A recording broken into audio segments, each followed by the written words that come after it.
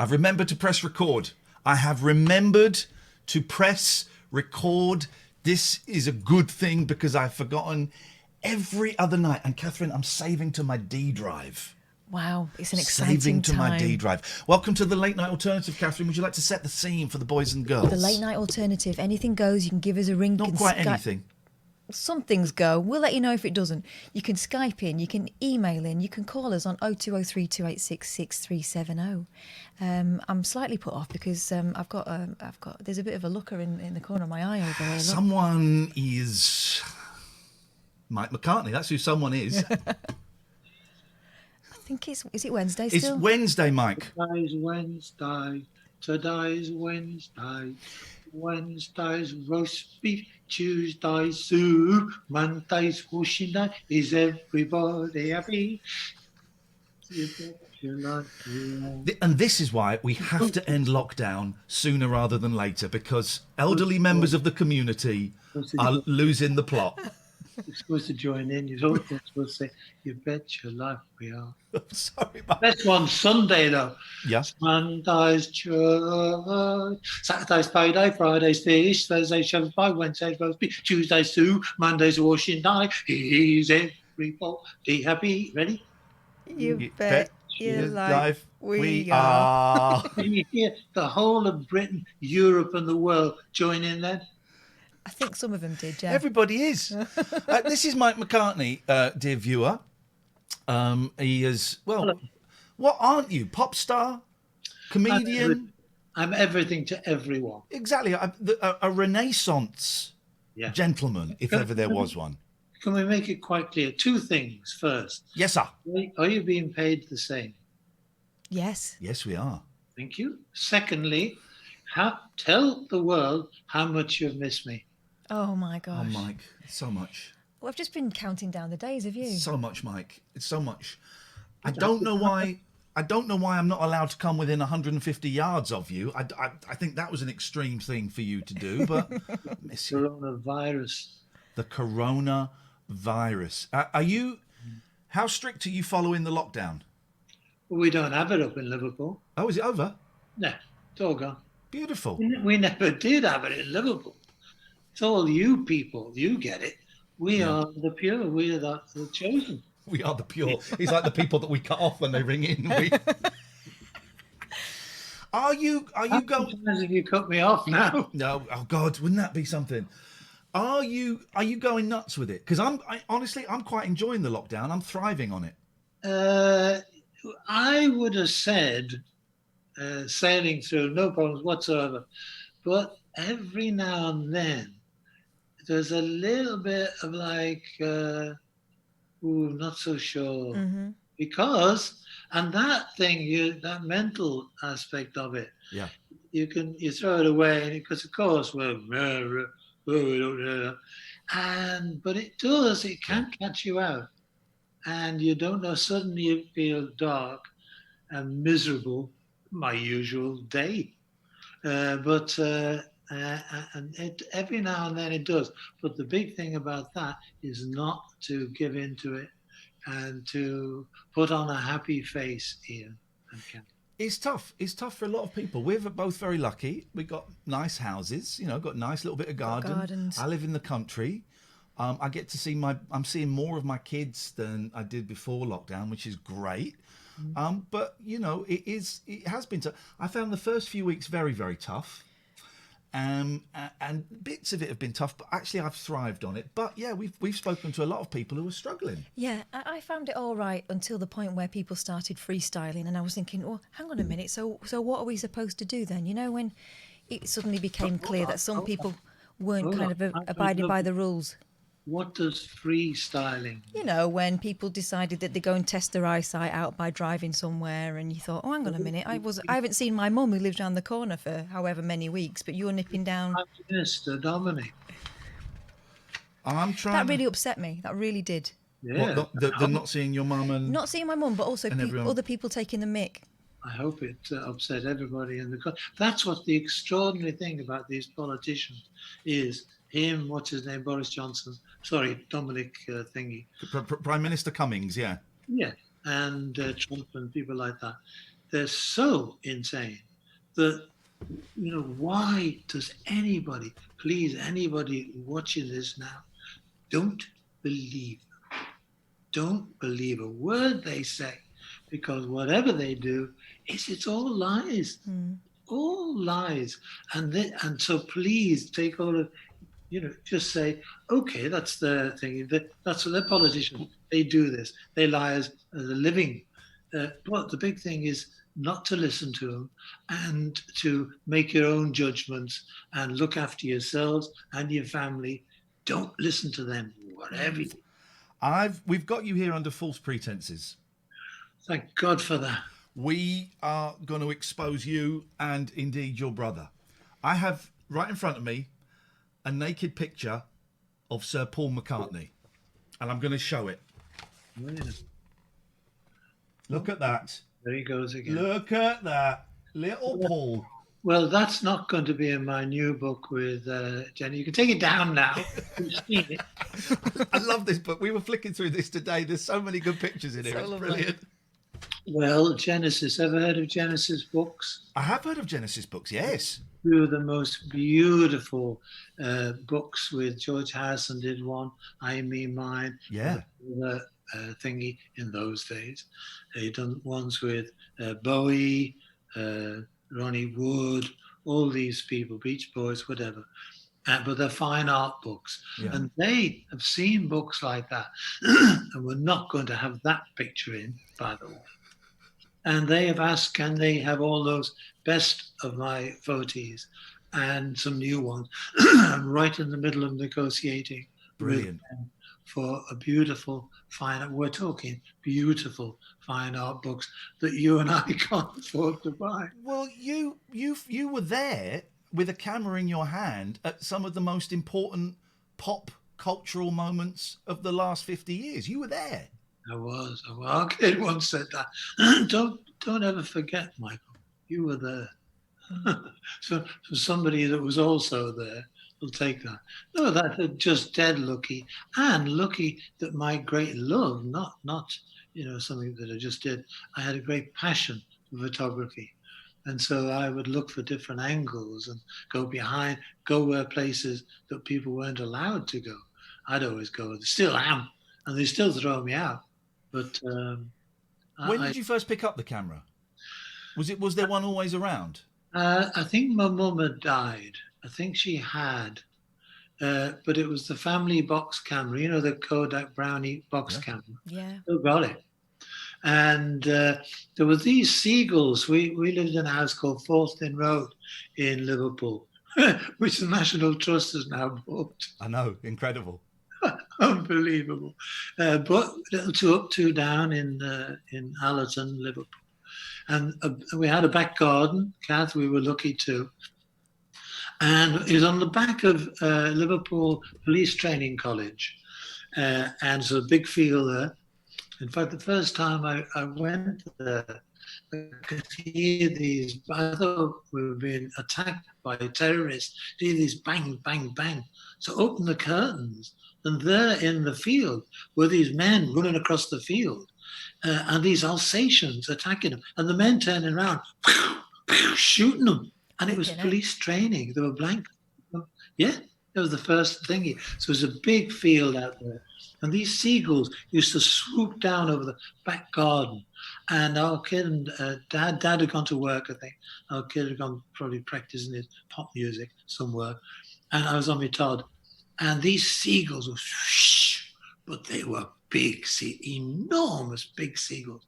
And I thought, wow, if I could get those on the family book, I'm not allowed to use it. In those days, the last on anybody's thingy was photography.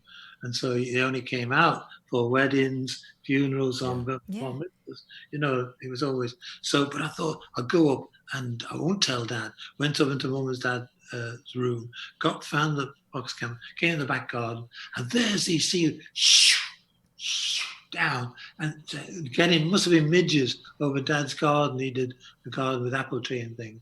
It must have been after that. And I even went up on the roof, fantastic. Got them, these giant seagulls, like albatrosses. And so that's it. Hey, Dad, we're going to finish that film. No, we can't do it. We can't afford it. And wait till we're done. We'll get the summer to go to Butlins, whatever. Right, all done. I said, Dad, is it? Can we put it in now? Yeah. Why do they want to? Down Mather Avenue to the chemist. Got him. Dad, you're going to get the film now. Yeah, here's the money. Come, book it off. So down to the chemist. Coming back from the chemist, the silly buggers had given me the wrong film. No seagull on it. So I'm going through them, and hold on, there's Auntie Millie, there's me dad. What's going on here? So I went through them again, and suddenly I saw this white page with a little black dot on it. That was the albatross. They were enormous, little tiny, but I thought there's more to photography than meets the eye. Got on the 86 bus, went up to Allerton Library, got all the books out on photography, and learned photography. Wow. That's incredible. That could have put you off, couldn't it, that? Do you remember? I remember, but the kids won't know about going to the chemist. What's he talking about chemists for? But if you did a bad picture as well, they put a little sticker on. Yes. This picture's crap. Not in my days. No, that was later on. Right. One of you, you mentioned your house being National Trust. We were going to go. We were going to go in August. We were going to go up and see Pete Best playing. Okay, yeah, good. And then we were going to do your old house. Ask Pete about the poster. Say to Pete, "Where's me poster, Pete?" Does he owe you a poster? Yes, he does. We'll have a word with him. Do you want a quick story on this? Yeah, of course. Right. Our kid used to go. We used to go on that bus, 86 bus. Get it? Our kid would have his amp. Ooh, Genesis just like that's for the amp drawing.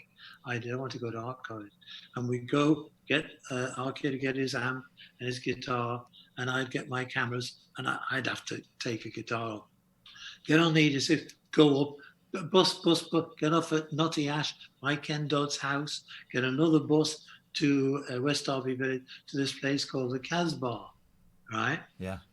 Why am I telling this story? Pete Best and Pete posters. The poster. Good, thank you. I'm glad. I'm going to tell you right now. Sometimes I digress. We noticed. I go off on tangents. So it's up to you and anybody listening. For Christ's sake, bring me back to where we started. Correct. Well done. 5 points to Kath.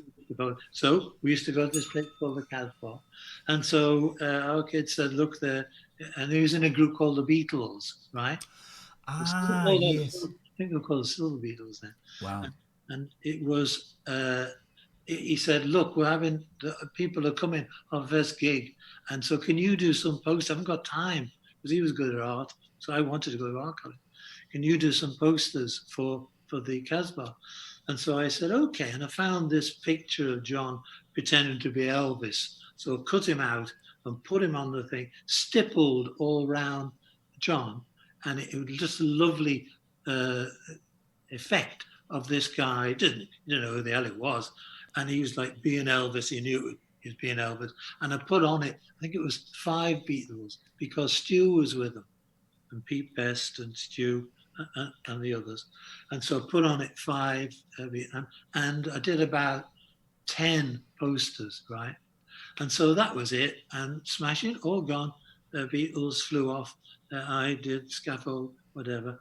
And that was it. And then years later, Pete's brother Roe wanted to interview me on something, and I said, "Oh, okay, but I'll tell you, I'll do it.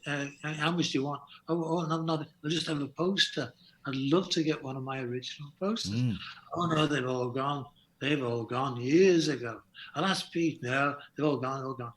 Cut to, we are in San Diego, and our American friends said, "Do you want to go to Mexico with the kids?" "Oh, great. And so what's it called, the little one, down from San Diego, famous, Tijuana, right? So we go into Tijuana. And our American friend said, we're not to have any, don't have any food or anything like that. So we said, well, how are we going to, kids are starving. No, we'll go to this Hard Rock Cafe here. That's okay. So American. It said, but don't have any salads, don't have any thingies, just Coca-Cola, etc., etc. So that was it. We went to Hard Rock Cafe, had our meal. And so all kids have a wee before we go back to America. Smash up, there you go. And right, Daddy's turn now. I go up the stairs and there's Elvis, there's Frank Sinatra, there's my first Beatle poster. Oh no! I'm thinking, what the hell is that? It really is my, the one that is a child in both, stipple around Johnny. And there it is on the thing. And you suddenly realize if, if you've sold them or given them to people, whatever it is. And where is Mike never, ever going to be? That's the tier one hard drive. Yeah. You never see it. So where's my poster? Well, you know exactly where it is. Dear viewer, welcome. This is the Late Night Alternative. It's live. It's 9:15. It's Wednesday night. We've got Mike McCartney as our special guest for a little while. McCartney. Yeah. Mike McCartney. Oh, Mike McGee. Do you still use the McGee? Are you still working on that? They have re-released my wonderful McGear album. Yeah. So yes. Enjoy. On Cherry Red Esoteric Records. So everyone out there, if you want a bit of fun, that was the two brothers working together. Yeah. And it produced this beautiful, beautiful thing. So yeah, the McGear It's a album. great sound, and there's some great songs on there. And basically, Wings are your backing band on that, aren't they? Yeah, that's it. So McGear is, I still am using McGear, but don't do any shows anymore. No. Do you miss it? Do you miss standing up on stage with the other two and messing around? When you do go, when people ask you to do charities and things, they asked us, Liverpool asked us to go for the World Expo and get scaffold together. And long story short, we went. We went to Shanghai with OMD, Andy and OMD. Wow. Vasily Petrenko and the Liverpool Philharmonic Orchestra. And we did a couple of songs, the hits, thank you very much. Yeah.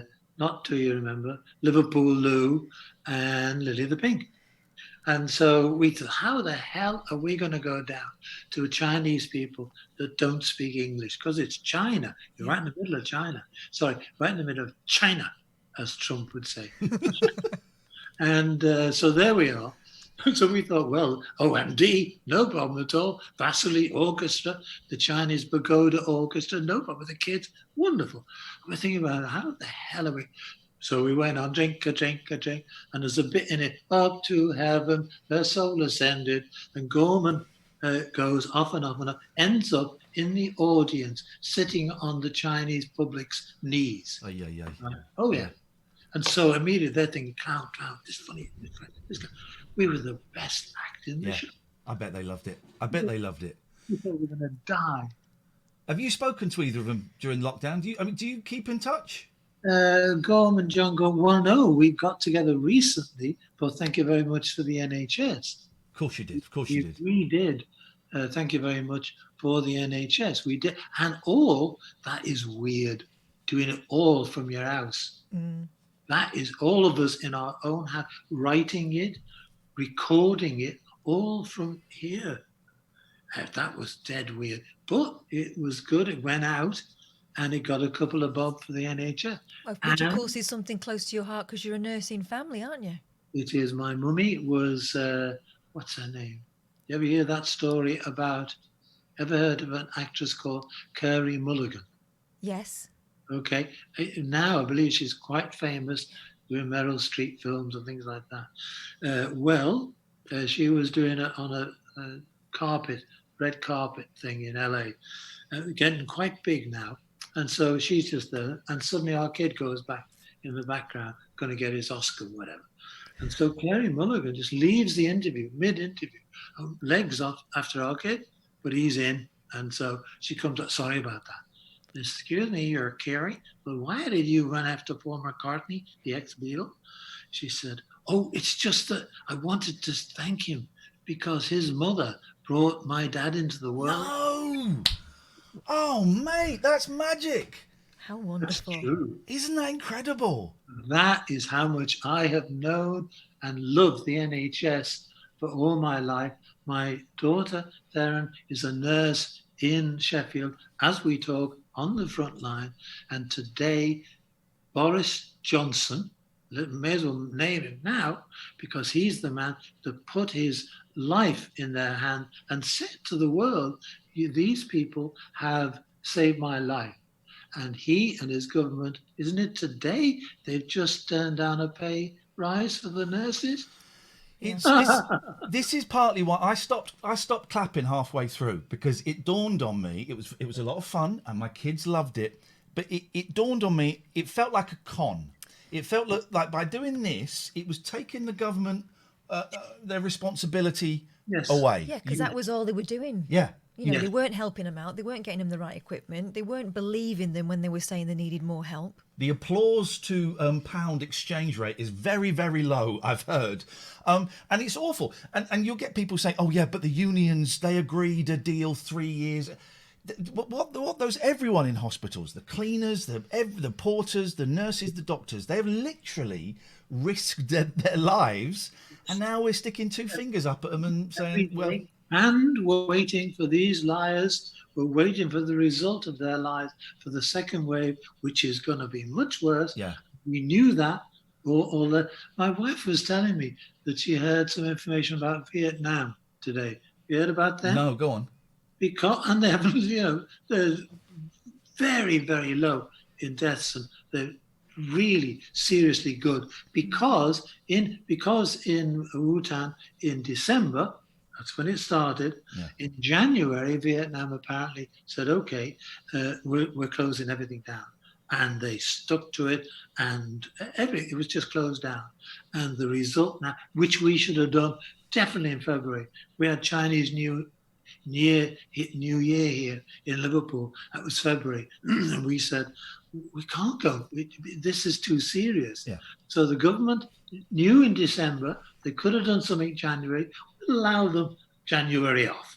So February they could have started being serious adults and worrying about our lives and telling us, like responsible adults, children, because we're all kids, we don't know about, the majority of the public, we don't know what's going on. We trusted them. And so they could have done it in February, March, and we'd have been the same as Vietnam. I'm sorry, but this is we were lovely talking to you, because this is true. No, it's true. We were saying yesterday, I think, the fact that it seems to be more important how much money Pizza Express and Weatherspoons is making is more important than the number of lives. And if that is what... it turns out I might be a socialist, I don't know. But it turns out if our society is based on Weatherspoons and Pizza Express more so than my mum's life, because she's in a care home, then we've got this totally wrong. And all the mask stuff. Okay, they want us to wear masks in shops, but there are people sitting, quite close to each other in pubs and restaurants, and certain drunk people don't abide by rules. Kath, when they said they're opening pubs, come on, all of us, when we've had a few ales, all we want to do is hug each other, kiss, and be relaxed, etc. What a criminal thing to say, go to a pub. That is so, unfair and irresponsible. Well, loads of pubs closed down that following week because they had COVID. But it's so frustrating. I mean, it's even more than frustrating because they estimate maybe 25,000 people are dead that shouldn't have died. Ooh. And a lot of people are going, well, yeah, but they were elderly. Well, yeah, they were. Were you ever friends with Eddie Large? No. We know Eddie a bit. We had him on the show and we sort of became friends. He died and he was in hospital with heart problems and he caught COVID in hospital and he died through COVID. And some people went, yeah, but he was old. Yeah. No, but he should still be alive. But he was someone's dad and he was someone's husband and they weren't allowed to be with him at the very end. Couldn't be Terrible. there. It's awful, man. It's bad enough when your kids come round. Got 6 kids, 3 girls, 3 boys. When your kids come round and, there's your babies. And all you want to do, the big hug.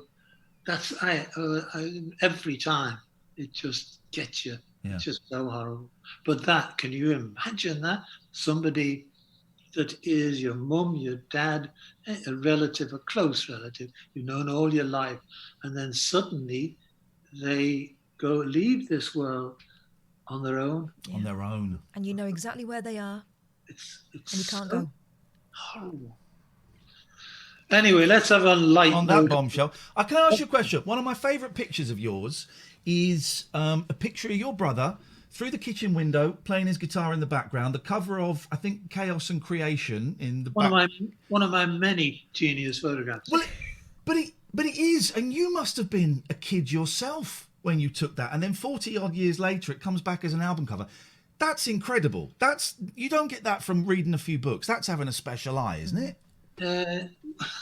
When you're a genius, it just Ian, come on. Come on, I'm sorry. That's the only reason you have me on. You know, and I know. Yes, we know it. But we don't like you two. We're all special. And so that's why we're here. We are here to look at everyone mad enough to listen to us and know that they're going to gain something. A lot of people in the chat are spotting the poster that we spotted just before we came on. Now, and what is this? That's the Alexander McQueen. What is this bowler hat that you've got hanging up? Well, the bowler hat. I can get up, can't I? I think you can get up. I don't know what condition you're in. I haven't got a mic. Hold on. I hope you've got trousers on. It's on the moon here. I'm on the moon. Please don't fall over. My God. I mean, we need publicity, but not that badly. Oh, look at that. That is a nice tip for. Okay. This is a bowler hat. Right? Yes. Now put it on. Right? Now that bowler hat is, as you can see from the shape, it's a real bowler hat. Yes. And I'll tell you what, it was made. There you go inside. There's a firm in London. The light's too dark. But there it is on the bottom. It says, see the label on the bottom. See that label? I can see there's a label. I'm having trouble I can making see it the out. label. Are you going to pull a thin rabbit out of there? It's a proper London bowler hat there. And this artist in London commissioned the bowler hat people that do bowlers and say, can you do one of these dimensions? And said, pardon, sir, are you paying? Yes, I am. Certainly, sir. I'll charge you a fortune. And he sold it in an art gallery. And the two people that wanted it were Viv Stanchel and I. And I got it, as you can see. Are we allowed? I've never been in an actual. Was this a proper auction with the 50? No, 60? it's in a shop. Oh, okay. I've never done a proper auction. I'd love it, but I would be worried I'd get a bit. You want to twitchy. stretch just at the wrong point. Just £25,000. Yeah. Oh shit! I bought £1 million. What? So when is this? What's happening with this book then? How far down the line are you? Have you got the pictures sorted yet, or is you still a bit off? I am just going through them now, finding lots of special ones, new ones, because as my wife can vouch, my system of putting things in order is not the best. In other words, crap. And so all the times I find things, and sometimes they're absolute magic.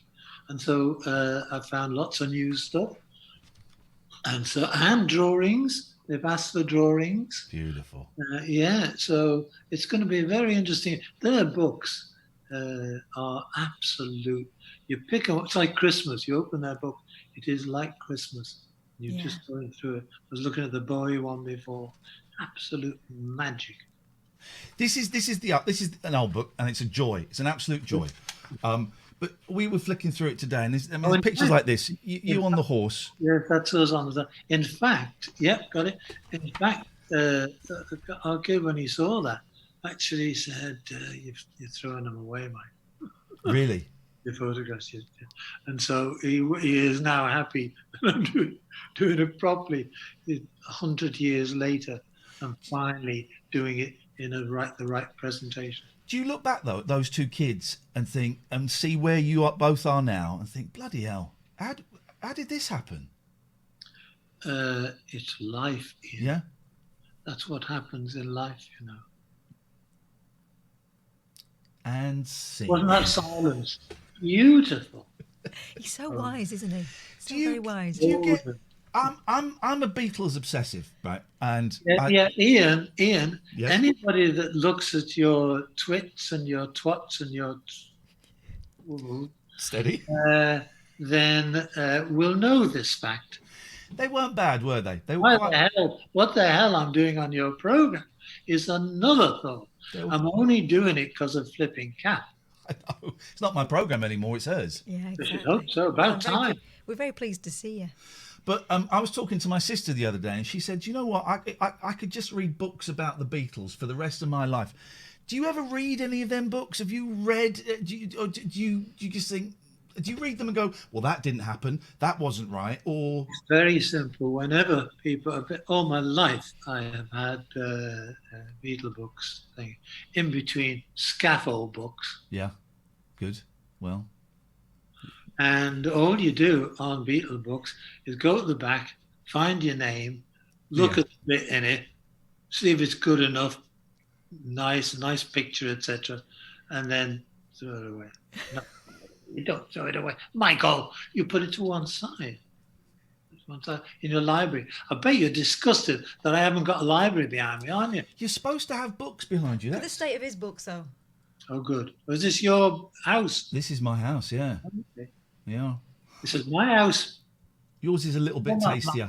Not mine. Me and my wife and my families. Well done. I can't show you my house. It's a tip. We've Is it all good? been in it too long. You know, it's one of those things. Well, that's the problem here. I've been in here too long. 50 years. There's a world of books. There's a world of podcasts. There's a really good podcast called Beatles Pod, and it's these two Irish lads, and it's brilliant. It's a bit more intelligent than some of the others, and you'd love them as people. Is it weird though that such minute detail of your life?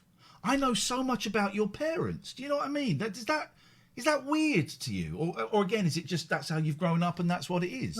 No, you should know all about my parents. It's a very important part of your life.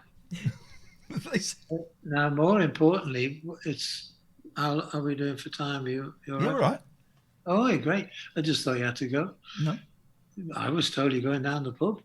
No. Anyway,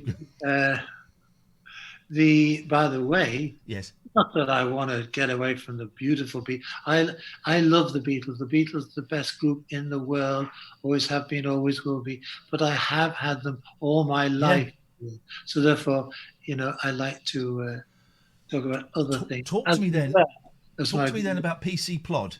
and his beautiful group. No, I'm going to talk to you about Monday, LA Productions, Yes. and something called Anthony. Oh, Go on, talk to me. Are you watching that? Do you know about Anthony? I don't know.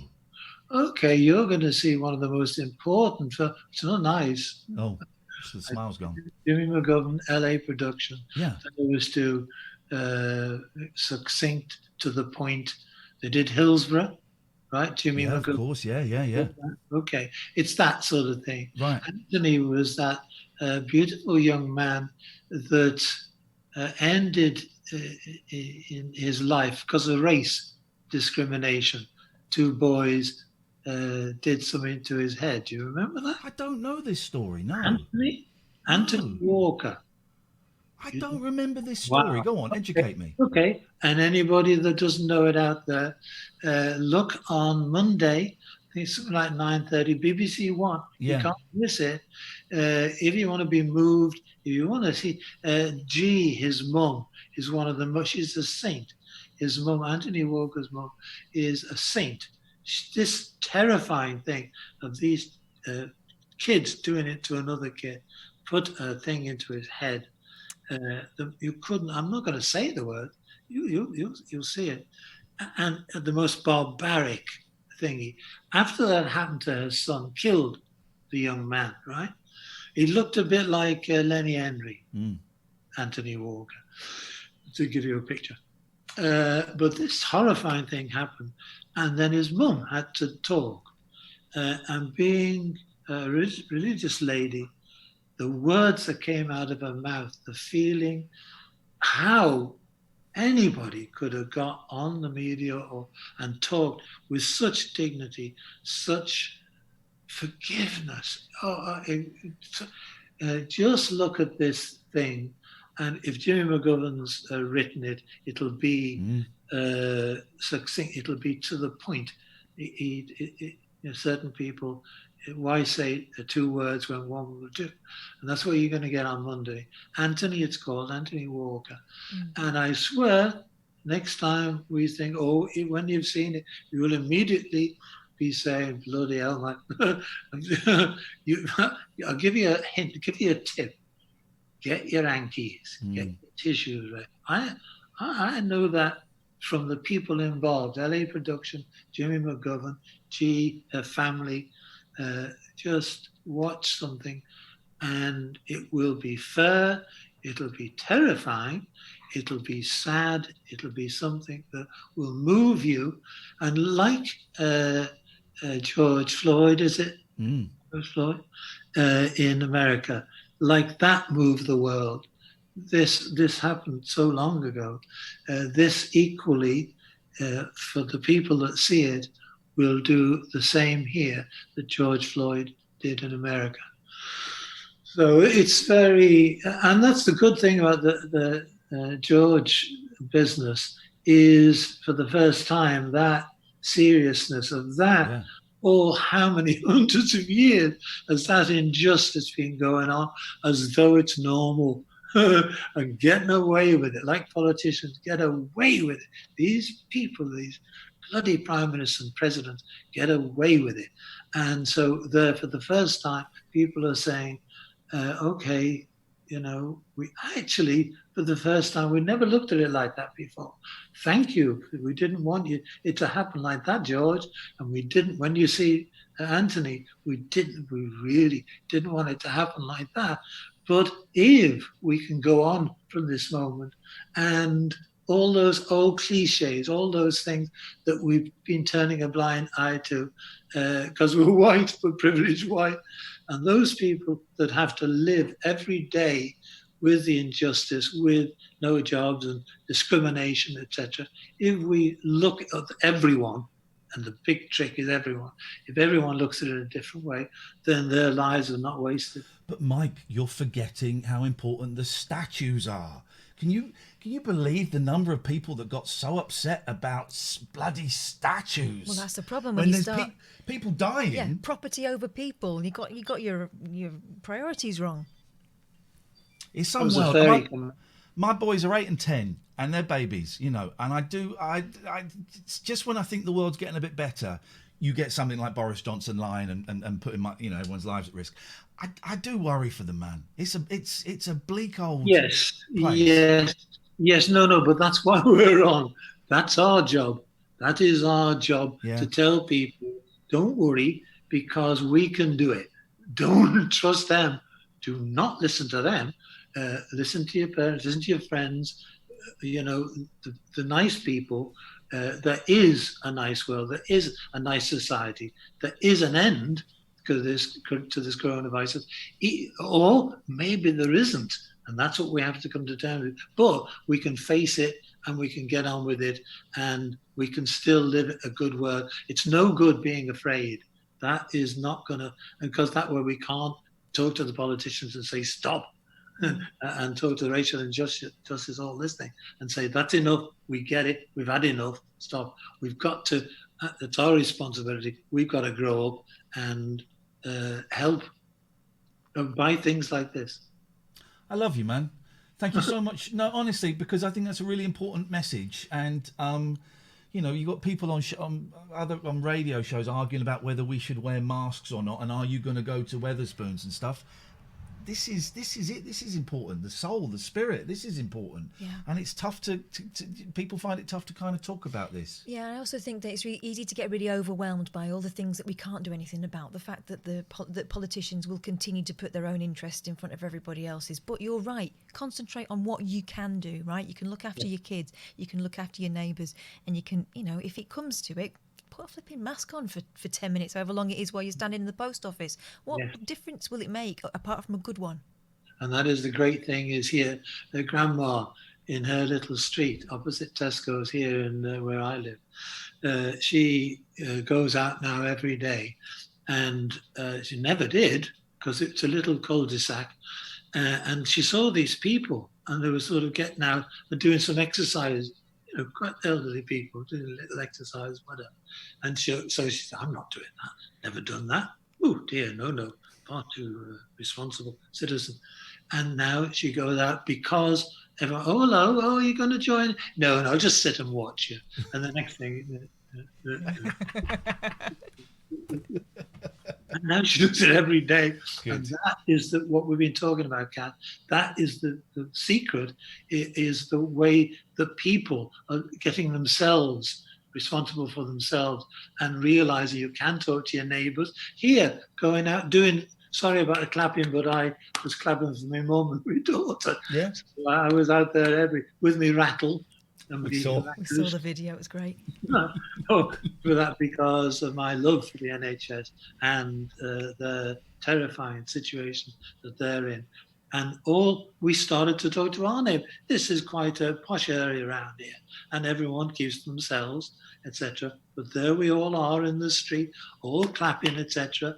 And then, a little chat, hey, how are you doing? Hello, how are you? Didn't know you lived here. I've only lived here 20 years. How about you? Oh, 50. Yeah. I've got a neighbour opposite who's 90, and we only ever exchanged pleasantries before. Didn't realise he had a mobile phone. I think now he gets texts from everyone down the street, probably sick of us all checking in with him. But he knows that he's looked after, and I think it's important, isn't it? It's important, and you can lose track of it. Mike McCartney, thank your daughter for what she's been doing. It is appreciated by a lot of people. And thank your wife for making the scrubs. She's been making scrubs. Oh, yeah, she has. I have to tell you the truth. I can hear her in the back. Good for her. Now she's making masks. Very talented. She used to make wedding dresses, mainly for family and friends. But this has all changed. So all the scrubs, so many scrubs. And now it is masks. She's making masks for everybody and sending to all our friends. And I can hear her scissors in the back. Brilliant. Yeah. Stay safe, Mike. Stay in touch. Always a pleasure to talk to you, mate. Bless you. Lovely to see you two again. It's everybody. I've seen them down in Londinium, so they're still down there. Where are you living? I'm just outside of Aylesbury, so I'm out of London. I got in a nice little bit of the countryside. Like you, I got to know a lot more of my neighbours when we were out and about clapping. But it's this kind of nice little quiet street where we all get on. And I live in the next town along from your cousin Kate. I see her sometimes in the shops. Yeah. Oh, okay. Yeah, I've worked with her occasionally, and she's lovely. But yeah, I live in the next. There's Kate and her sisters. There's a couple, aren't there, in that area? Lots of them. Oh, yeah, the Robins. Yeah, great. Look out. They're a very talented family. And Kate's daughter is, how many twits is she now? Everyone loves her. She's on everything. Yeah, Emily. Yeah. Emily. Big star. Emily. What a family. She's got an impression show coming out soon as well. Oh, has she? Yeah, sketch show. Incredible. I didn't know that. Yeah. Very talented people. Mike, lots of love. See you later on. And you, kid, lovely to see you and see you. That's right. See you later on. Take care. Bye-bye. Take care, Mike. Bye-bye. Bye-bye. There we go. That's Mike McCartney, dear listener. I love him so much. That's Mike McCartney. I need to do tiny little bit of...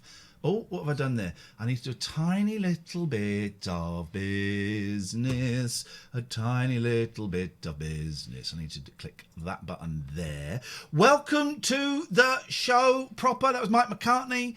And is just an absolute gentleman. And I love it. I love it. This is the Late Night Alternative. It is the only phone-in show on Skype, on Twitter, Twitch. What are we on? We're on Twitch. Thank you very much indeed. It's the only phone-in show on Twitch, dear listener. And we got guests, and we got Ian. Please, can you turn it up a bit? The thing is, it's really loud in my ears. That's I can turn that down. We're on maximum volume. I don't know why. We are on maximum volume. Is anybody else? That should be overmodding a bit. I know Mike was a little bit quiet, but does it sound fine? By the way, there was someone saying, "Don't put people in care homes." It don't work like that, I'm afraid, in the real world. And then he went, "Well, I guess Japan isn't in the real world then because they don't do it." It doesn't work. If you're having a go at me for putting my mum in a care home, give us a call and I'll explain it. 0203 286 6370. More than happy to explain it. Let's take a call. Hello, caller. You are on the Late Night Alternative. Hello. Hello, Tyler. Do you know Jade, who called? Do I know... Hang on a minute. Do I know Jade? Yeah, the lady who called. I don't remember Jade. No, when? Do you know when she said she got an email? Oh, yeah, that was when I did a little test show a few weeks ago. Yeah, that was me who sent her the text. I texted her the number, but and she called it. Do you know her? Yeah, she's my auntie. My auntie. But what? So this was you. Well, I don't know if you weren't here for this, but you might have been watching it. Yeah. So we got a phone call from a lady who just said, "Oh, I've been told to call this number," and she was absolutely delightful. But what did you say in the text then, Tyler? I just said call this number, and then I put the number on. She must trust you. Could have been anything. I can't see her. Is there a reason why I can't see her? You can't see. Hang on, you should be able to see us in a second. I'm just getting everything back after talking to Mike. So okay, why did you ask her to call us? I'm glad you did. Because I watched the stream the day before. Do you know the Fed of the Fed? The Fed. Yes. Yeah, I watched the stream on the Fed, and then I liked it, and then you did another stream on the 5th, and then I texted on the 5th. Nice one, man. The number. Thank you very much. Are you a fan of Twitch then? Do you stream? Do you watch stuff? Yeah. I watch stuff. What kind of stuff do you normally like on here? Like gaming and all that. Gaming, mostly. What kind of games do you like watching? Warzone and like Fortnite and all that. Fortnite. It's weird, isn't it? Because I don't like playing Fortnite. I can't play Fortnite. I can watch it.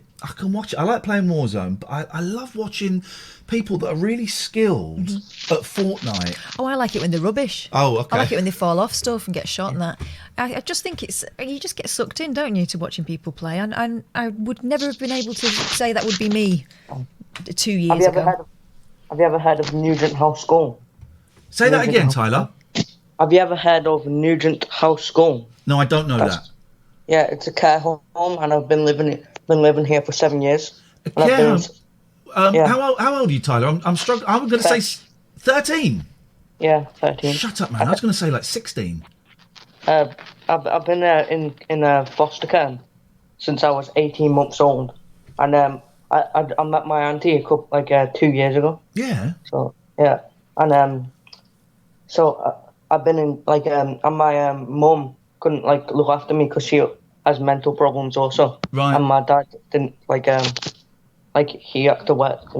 I know I haven't met my dad actually, but I've met my nan and I've met my auntie.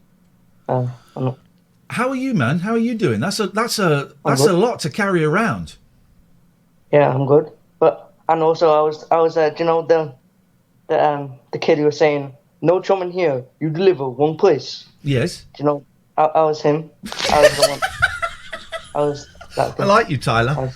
I like you. I like your stealth, like ninja, like little just getting in and having and joining in. I love that. She was worried that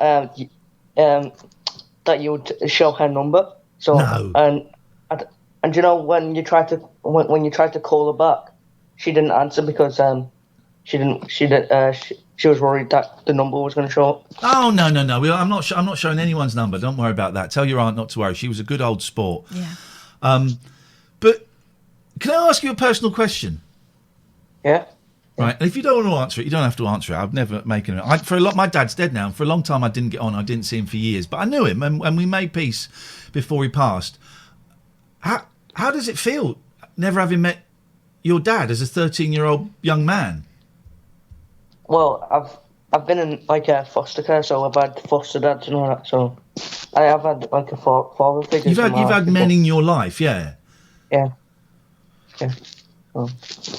Tyler, you've got your head screwed on a lot better than a lot of people older than you, man. Yeah.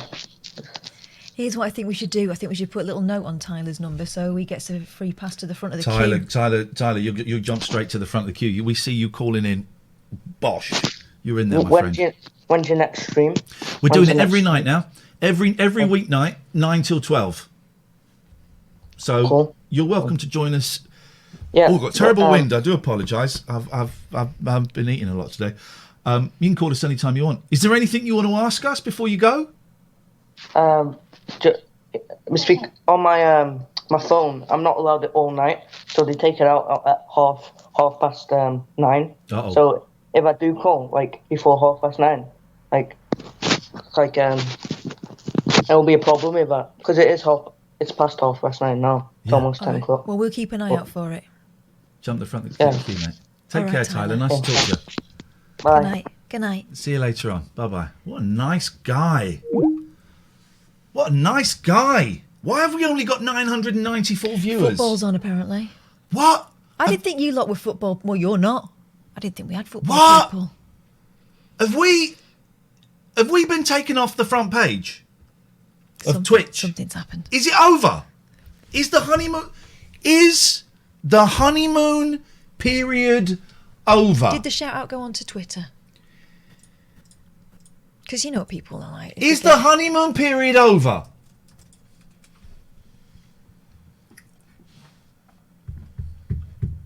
Didn't see you on the front screen today. You were on the smaller box on Twitch. Jeez, Jeff Bezos is going to get a fist up his hooter. Well, he's rich beyond his wildest dreams. I know. Even richer today. He made more money in one day than he made like $13 billion in a day. Hello, Andy. You're on the Late Night Alternative. Evening, Ian. You all right? I can't see you. Oh, I've got to Doing that again. I've got to click a button. Oh, magic. How's it going? Oh, we're all right. You're out and about. Where are you? I'm in Legoland. Actual Legoland. What now? What? Show me exactly where you are, because I know Legoland I'm at the hotel. very well. Oh, but you can't. That's the exclusive bit. You don't get into the hotel if you're in Legoland. You stay, and all the rooms have got Lego in. Oh, They've now. all got Lego in. Yeah. The boys had a little safe to crack in their room. Got some Lego out of there. So you're having a little hotel getaway. Yeah, it's lovely. It's awesome. But how does it feel being? Because I wouldn't want to go to Legoland with COVID. I wouldn't really, but our friend won it as a family for 4 for a night in the hotel. So can't turn down a freebie. But Even with the global pandemic on. Yeah, well, I've got my mask on. You know, if it were up to me, You need to cut a hole. You need to cut a hole in it for a vape. yeah. Oh, you spotted that. Yes, mate. Yeah. The robot's Willy. Yeah, if it were up to me, I probably wouldn't go. I'd be a Karen at home, but I can't argue with the wife too much. Are there a lot of people there, or is it just you lot? There is quite. It's not too bad. There's not as many people as normal, but half of it's closed. You got to wear masks on some rides, which is a bit of a joke, really, because most people aren't wearing masks, unfortunately. But it's all right. It's all right. It's no worse than, well, certainly not as bad as Bournemouth Beach or any of those scenes. How may we help you, Andy? On this fine evening.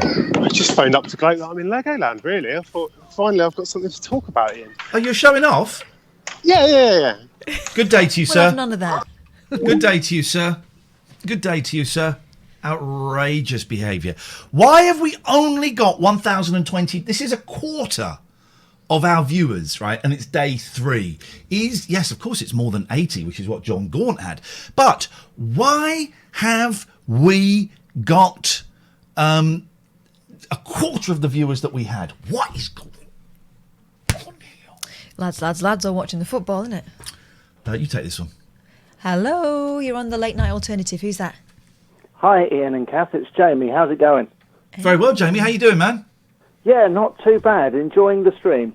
Thank you very much. What are you up to tonight, apart from watching the stream? What have you been doing today?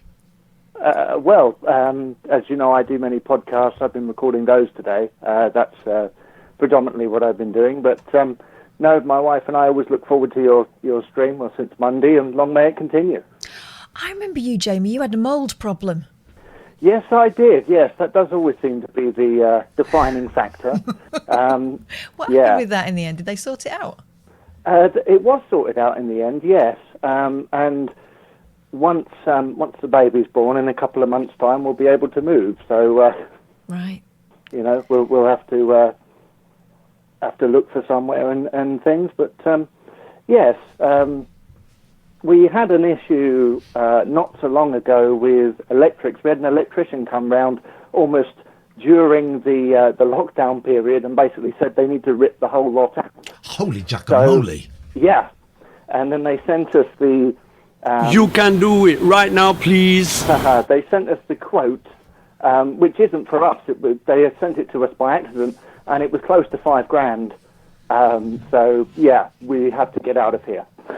So the mould might be gone, but everything else is a problem. Oh man, alive! I hate life.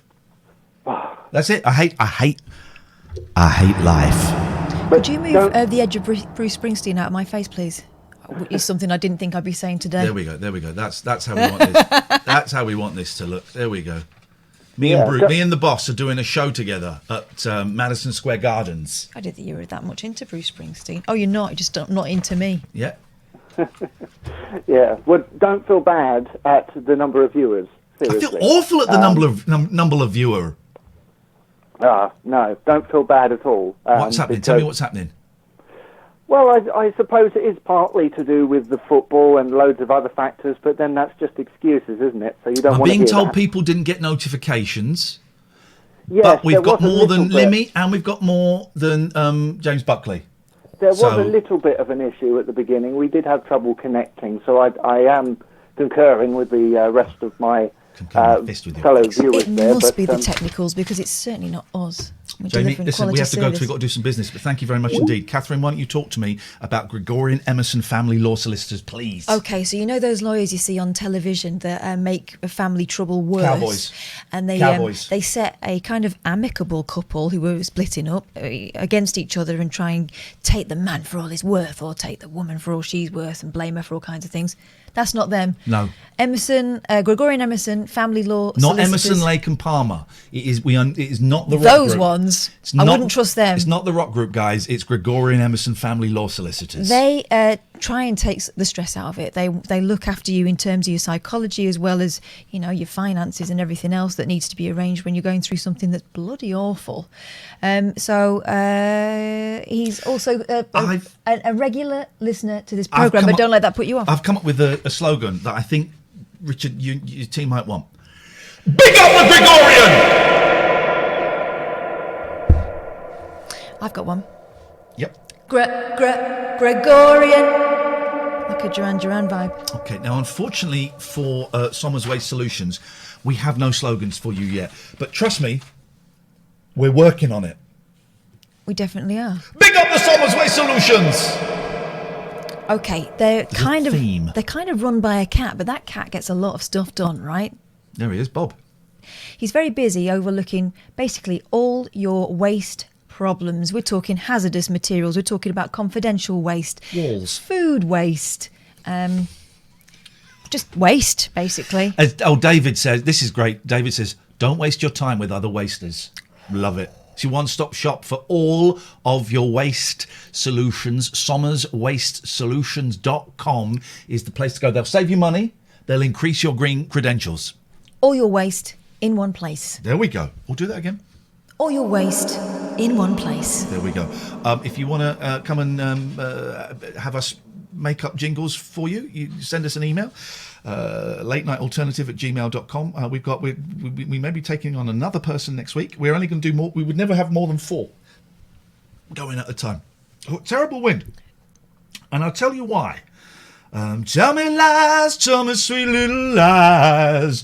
You tell me lies, tell me lies. Amy says, Ian, can I have a Kath lash close-up, please? She knows why. Oh, no, you've got magnetic lashes. I have. What is that?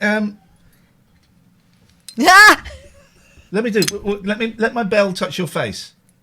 Oh, no, how are we going to get that off? What does that mean, magnetic lashes? They're false lashes, but they're stuck up. My eyeliner is magnetic. So you put the eyeliner on and then you stick your eyelashes to the eyeliner. And this one took me ages because I didn't quite put enough on. But this one went on quite quickly. All right. I'm bored of the lash. I thought magnet lashes would be a winner. It's not. Honestly, those beauty YouTubers, they get a right following. I think we're maybe not doing enough. Go. You take this one, please. Hello, who's that on the phone now?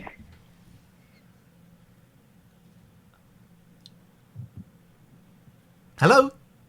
Hello. Yes. Hello, Ian. And Kath. In. I am Finn. I am putting on weight and getting fatter. Did he say thin? It sounded like Yeah. it. Thin. Yeah, that's my name. Thin. Yeah. THIN. Yeah. Thin on conversation. Thin on brain. And how may we help you, Thin? Would you like some recommendations on movies? Are they about Nazis and Hitler having a tiny willy? No, they're not. Well, you should maybe watch that one. I mean,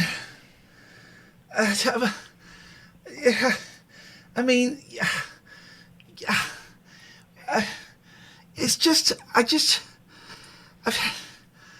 oh God, I just feel you're just gonna.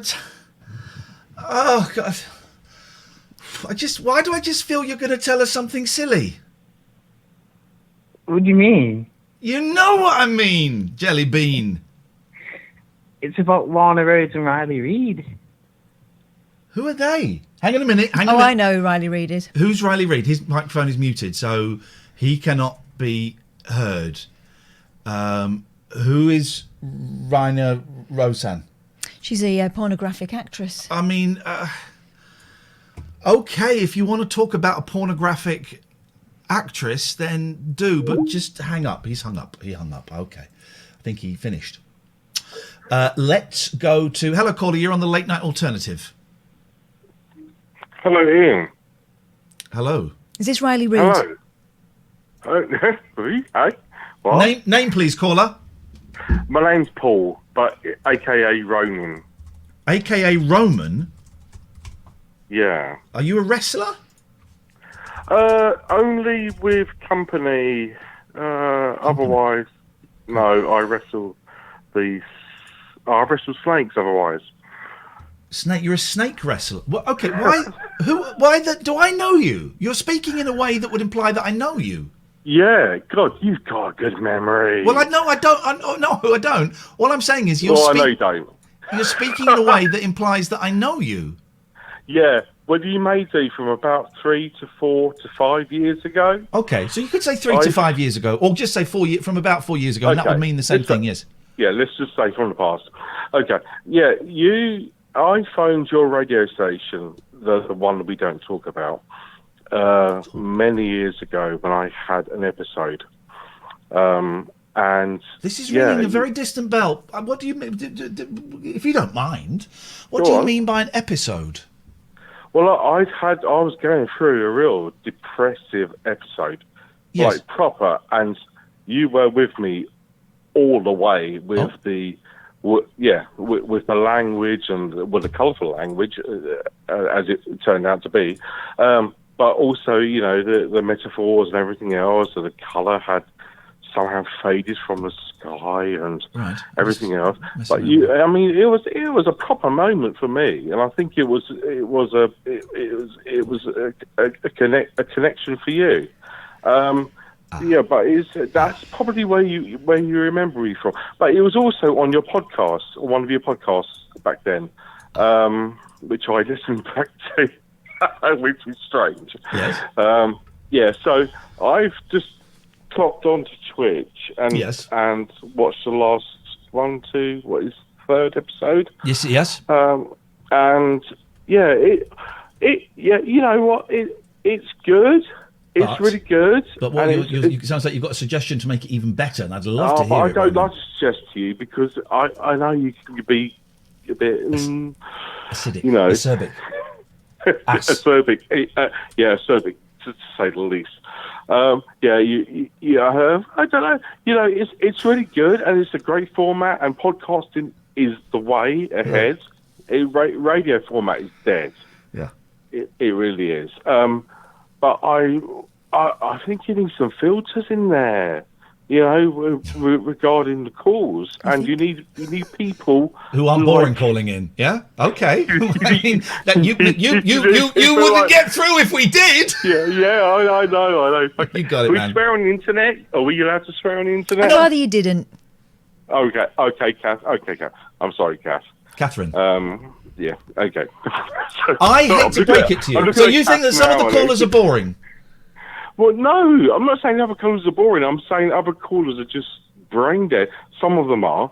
That are just phoning and just want to make a point and put the phone down. But you need a filter. I wish you'd do either of those things right now. Yeah, I think, yeah. But I would never got through with Kath filtering me. But you do need someone there. No, we don't. Maybe just no, we don't. Have a look at what's coming through. No. Because it could be brilliant. And at the moment, it's good. Do you know what I mean? Well, it got a bit worse in the last couple of... I like what you say about, yes, of course, listen, it's the first week, and we are working towards making this great, okay? But, first of all, we haven't got any money to afford a phone screener. And secondly, I've never had a phone. Never. Very rarely would I employ... a phone? Sorry? Whoa! What's your language? Oh. Roman. All right. Okay. Steady. But we very rarely employ a phone screener. I don't know how... Right. You say you've been listening for a long time. Way back from when Ian joined Talk Radio. Right. Well, it's not that much of a long time, because I was there too. We always do it like this, and that's why what we do is different. So, yeah, some people come on and they might wang on a bit too long, but we hear them out. And so, and sometimes they get to a point that's interesting. And Kath, I enjoyed that. I really enjoyed that for the first year. And then we started to get, or I say we, like we're the company. But you are kind of talking like you're my boss. I know. Well, I can, chip me into this deal. I'm fine. My spidey senses went, Roman, when you said that you thought I had a connection with you. No, I'm not. Seriously, I'm not that lonely. So come on. But you did say that. Go on. No, but you did say that. No, I said you had a connection with me at the time. I think you'd been through an episode, and I was actually going through an episode. You may have had a connection with me.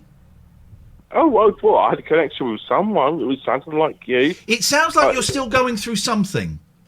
What's going on at the moment? You know what? We all are, aren't we, Ian? We're going through it until we go. That's avoiding the question. Not everyone is. What do you want to know then? Ask and I will tell. What's wrong? What's wrong? I said what's wrong. Health is wrong. Mental health is wrong, but that's as a result of health, physical health. But it's not getting me to the point where I feel bad or down or anything like that. You sound angry. You sound angry and scared. I'm slightly. Well, who wouldn't in this day and age? I mean, come on. Not everyone is angry and scared at the moment. Well, when I go out, I'm seeing a lot of angry and scared people. No. I'm not talking about the people that you see. I'm talking about you. Because trust me, my friend, not everyone is angry and scared. I'm not at the moment. I'm chilled.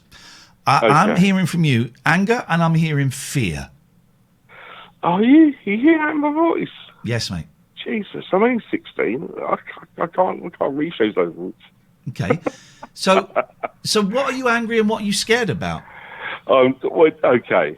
I'm angry about. No, I'm not angry. No, I'm not angry. I'm scared.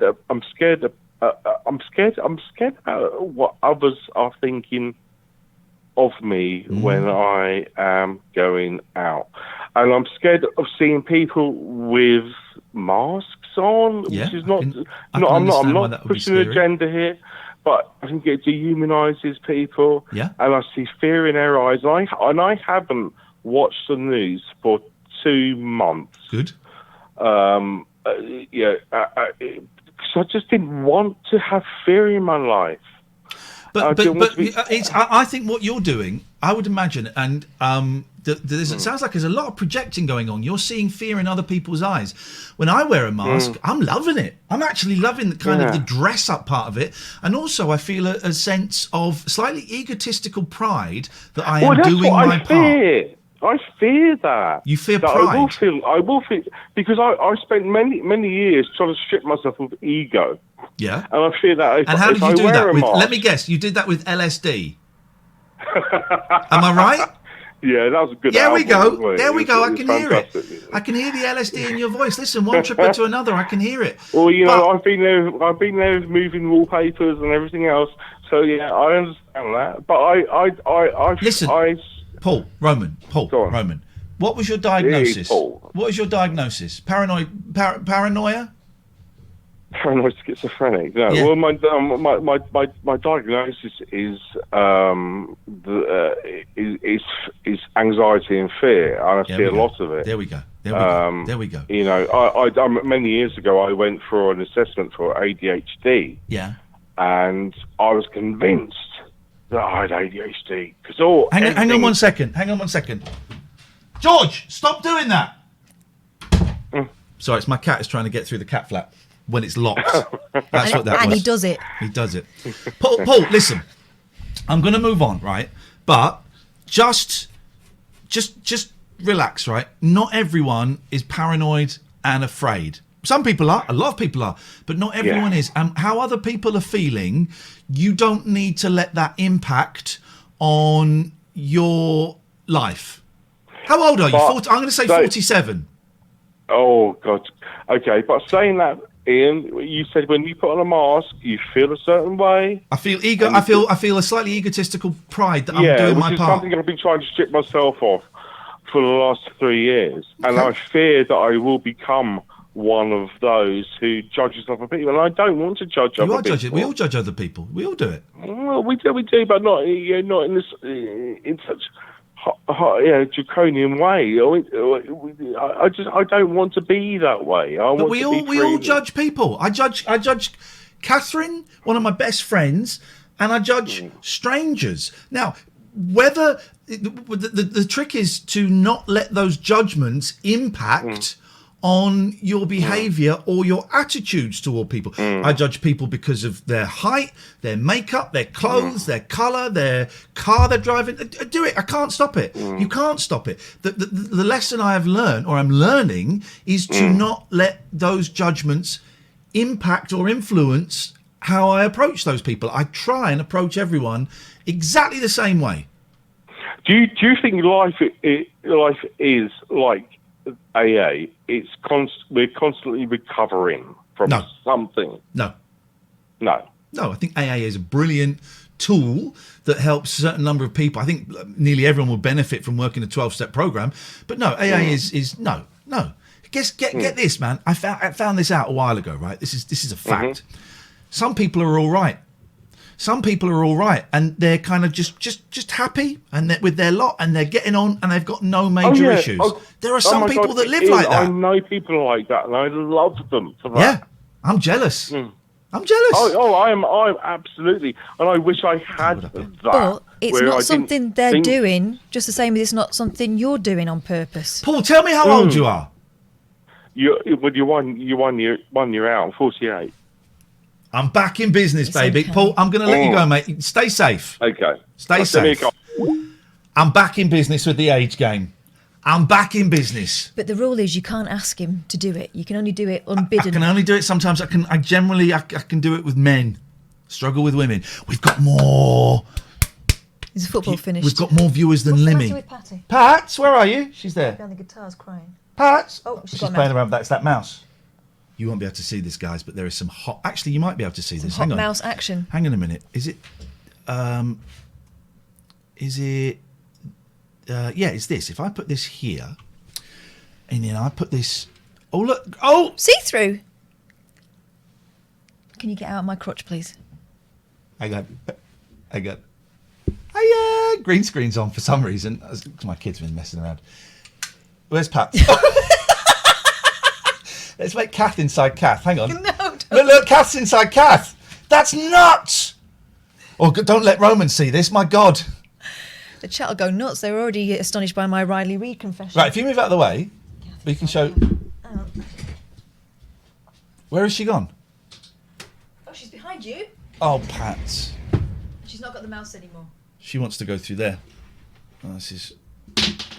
There you go. Hang on. Pats, go. Well, that worked well, didn't it? Oh, and George is coming in. Yeah. Then she'll cry to come in for George. There's George. Move this. This is what they want.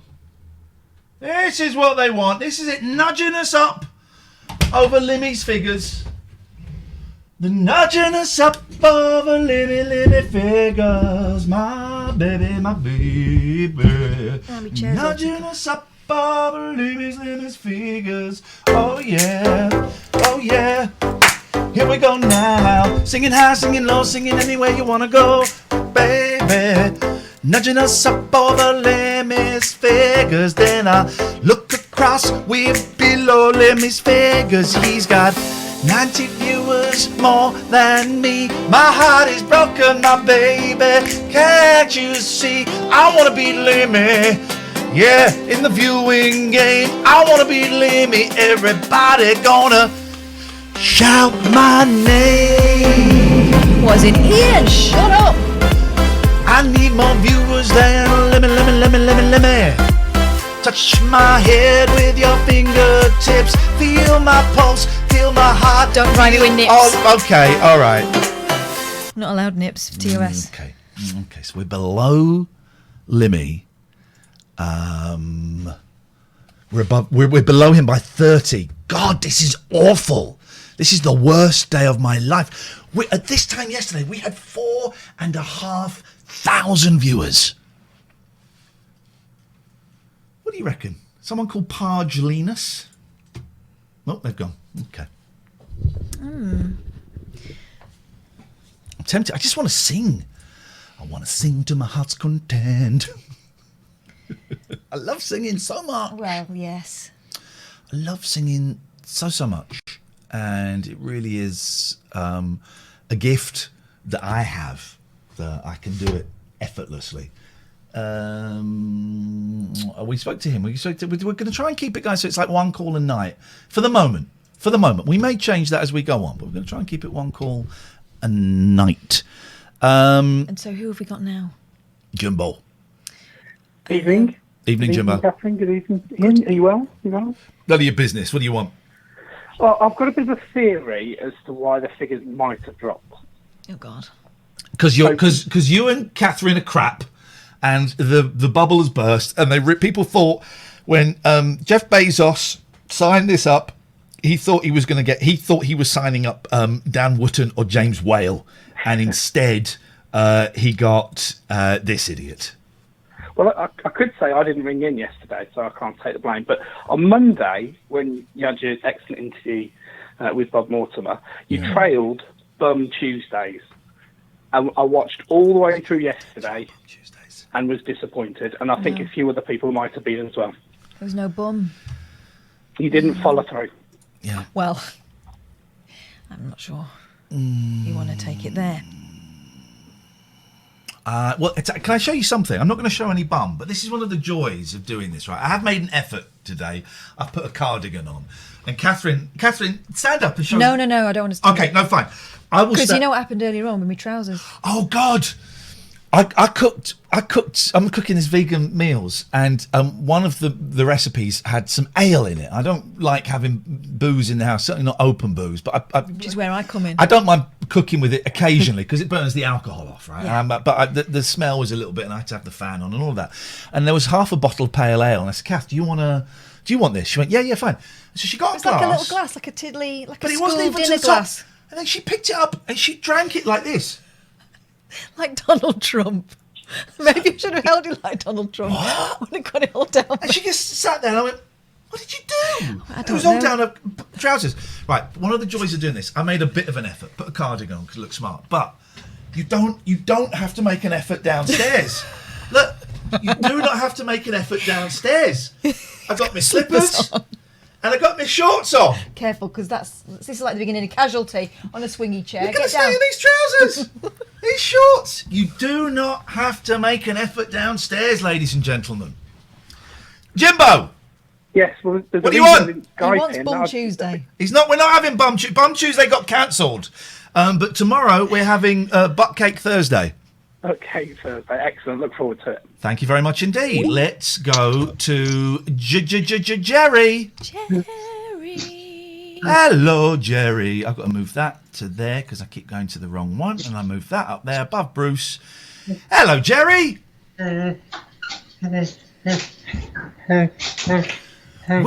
You should patent this as some kind of fitness regime. Well, Joe Wicks is finished today. Lazy. 18 weeks, and it was too much for him. Joe Wicks is lazy. A lazy bleep. I finished after 18 minutes of Joe Wicks. I've watched quite a lot of them, but I've not actually done any of them. What he showed me Pac-Man on the Atari 2600, which is one of the worst games ever created. Famously, he's now showing me an Atari 2600. What is this? You trying to get money out of me, dude? Is that what this is? I'll give you money. I'll give you a bunch of fives. What's he got there? Xbox. It's original Xbox. I have an original Xbox. His is lime green and transparent. Mine is modded. Halo version. Oh, fair play. Fair play. It's a Halo version. Okay. What's he gonna? What's gonna? Imagine if he just held up a severed head next. Wouldn't that be awful? It could be. Oh, what's this? Oh, go a little bit higher. Oh, did that hurt your ears? Me screeching. It did, yeah. I can't. Got to go higher, Jer. Got to go higher. Oh. PlayStation, PS1, original PS1. Are we trying to do swap shop here? What's going on? Jerry, you're showing me old video games. Why? All these treasures. My collection. He said collection, guys. He said collection. Don't worry. How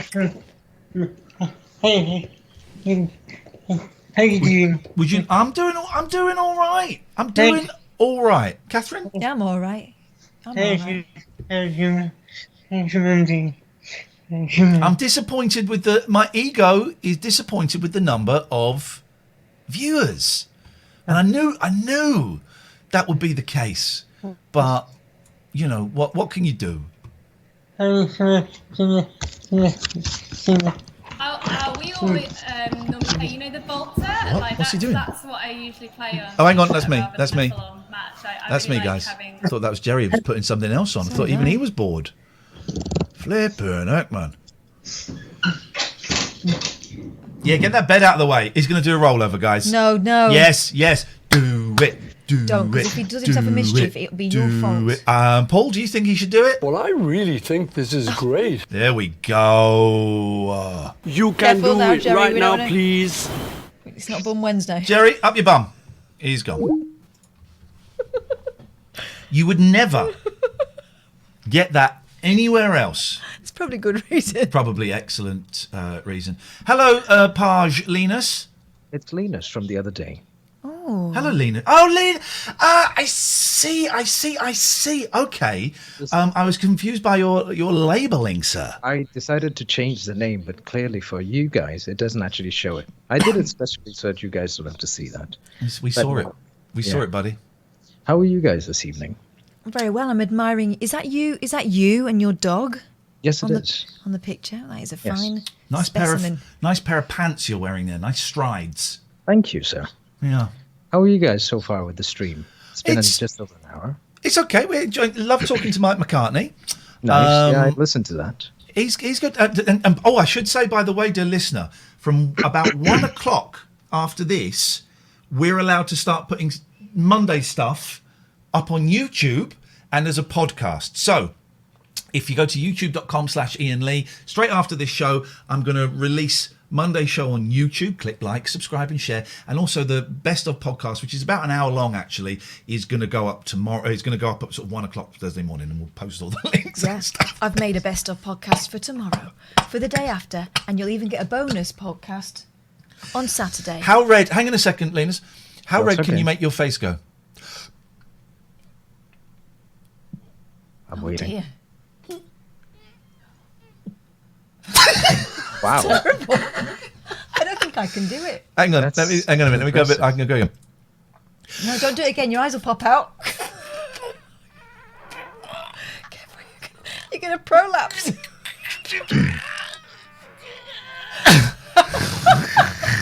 at the colour of my face. It doesn't hurt. I'm not holding my breath or anything. I'm just squeezing my face out. Right, it's to Catherine's turn. I don't think I can do it. I'm too pasty.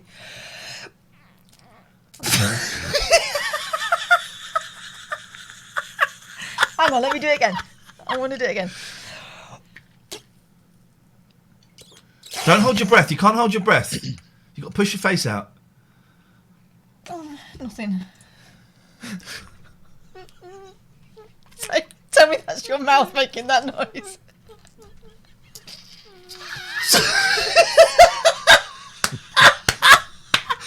It doesn't hurt, and I'm not doing anything dangerous. Don't worry, kids. That reminds me of when I was a student. I remember one kid spent all afternoon with the Burger King crown on, trying to burst it off just with the power of that.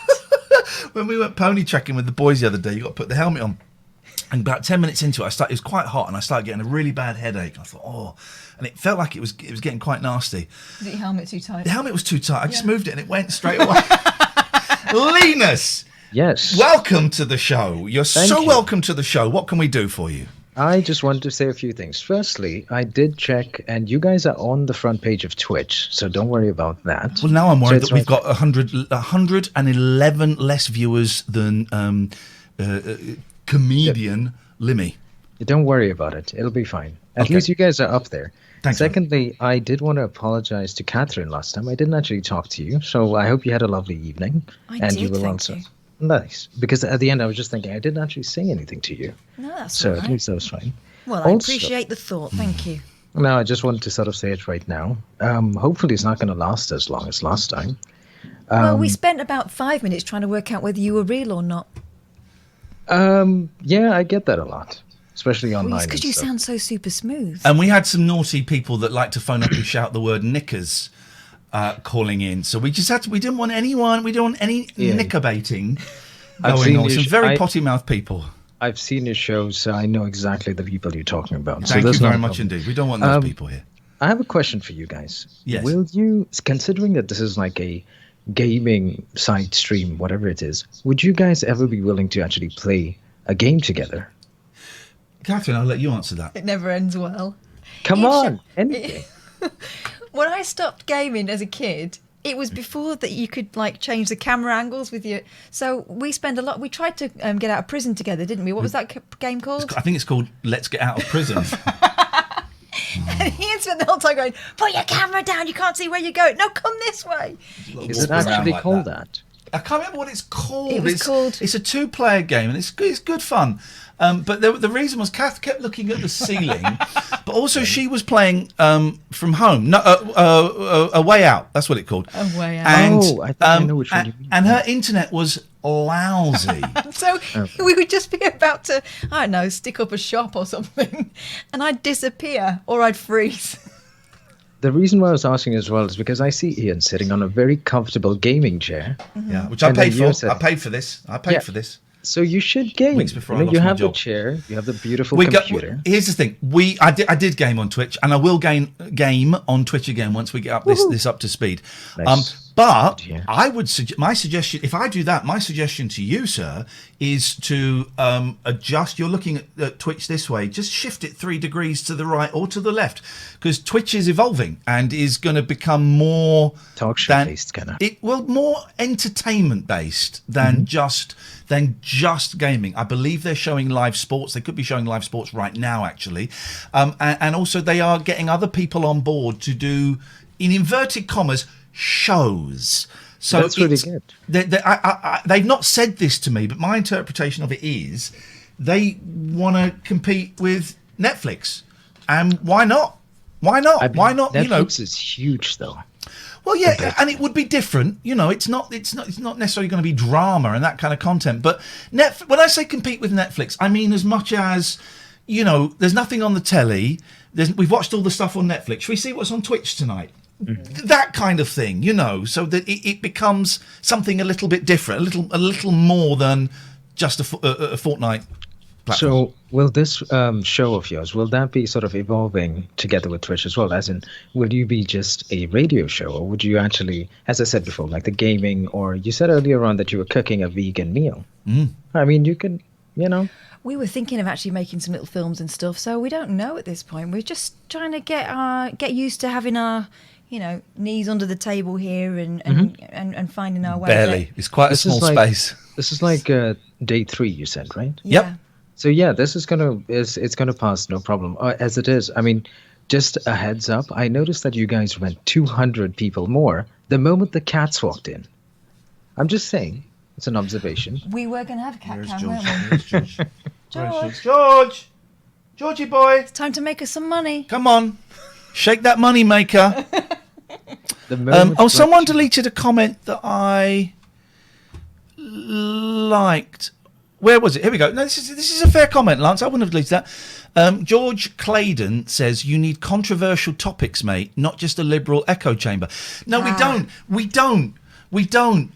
We've been doing phone-in radio for 15, 20 years. 35 years probably between us. And I've done the controversial topics. I've done all of that. And no.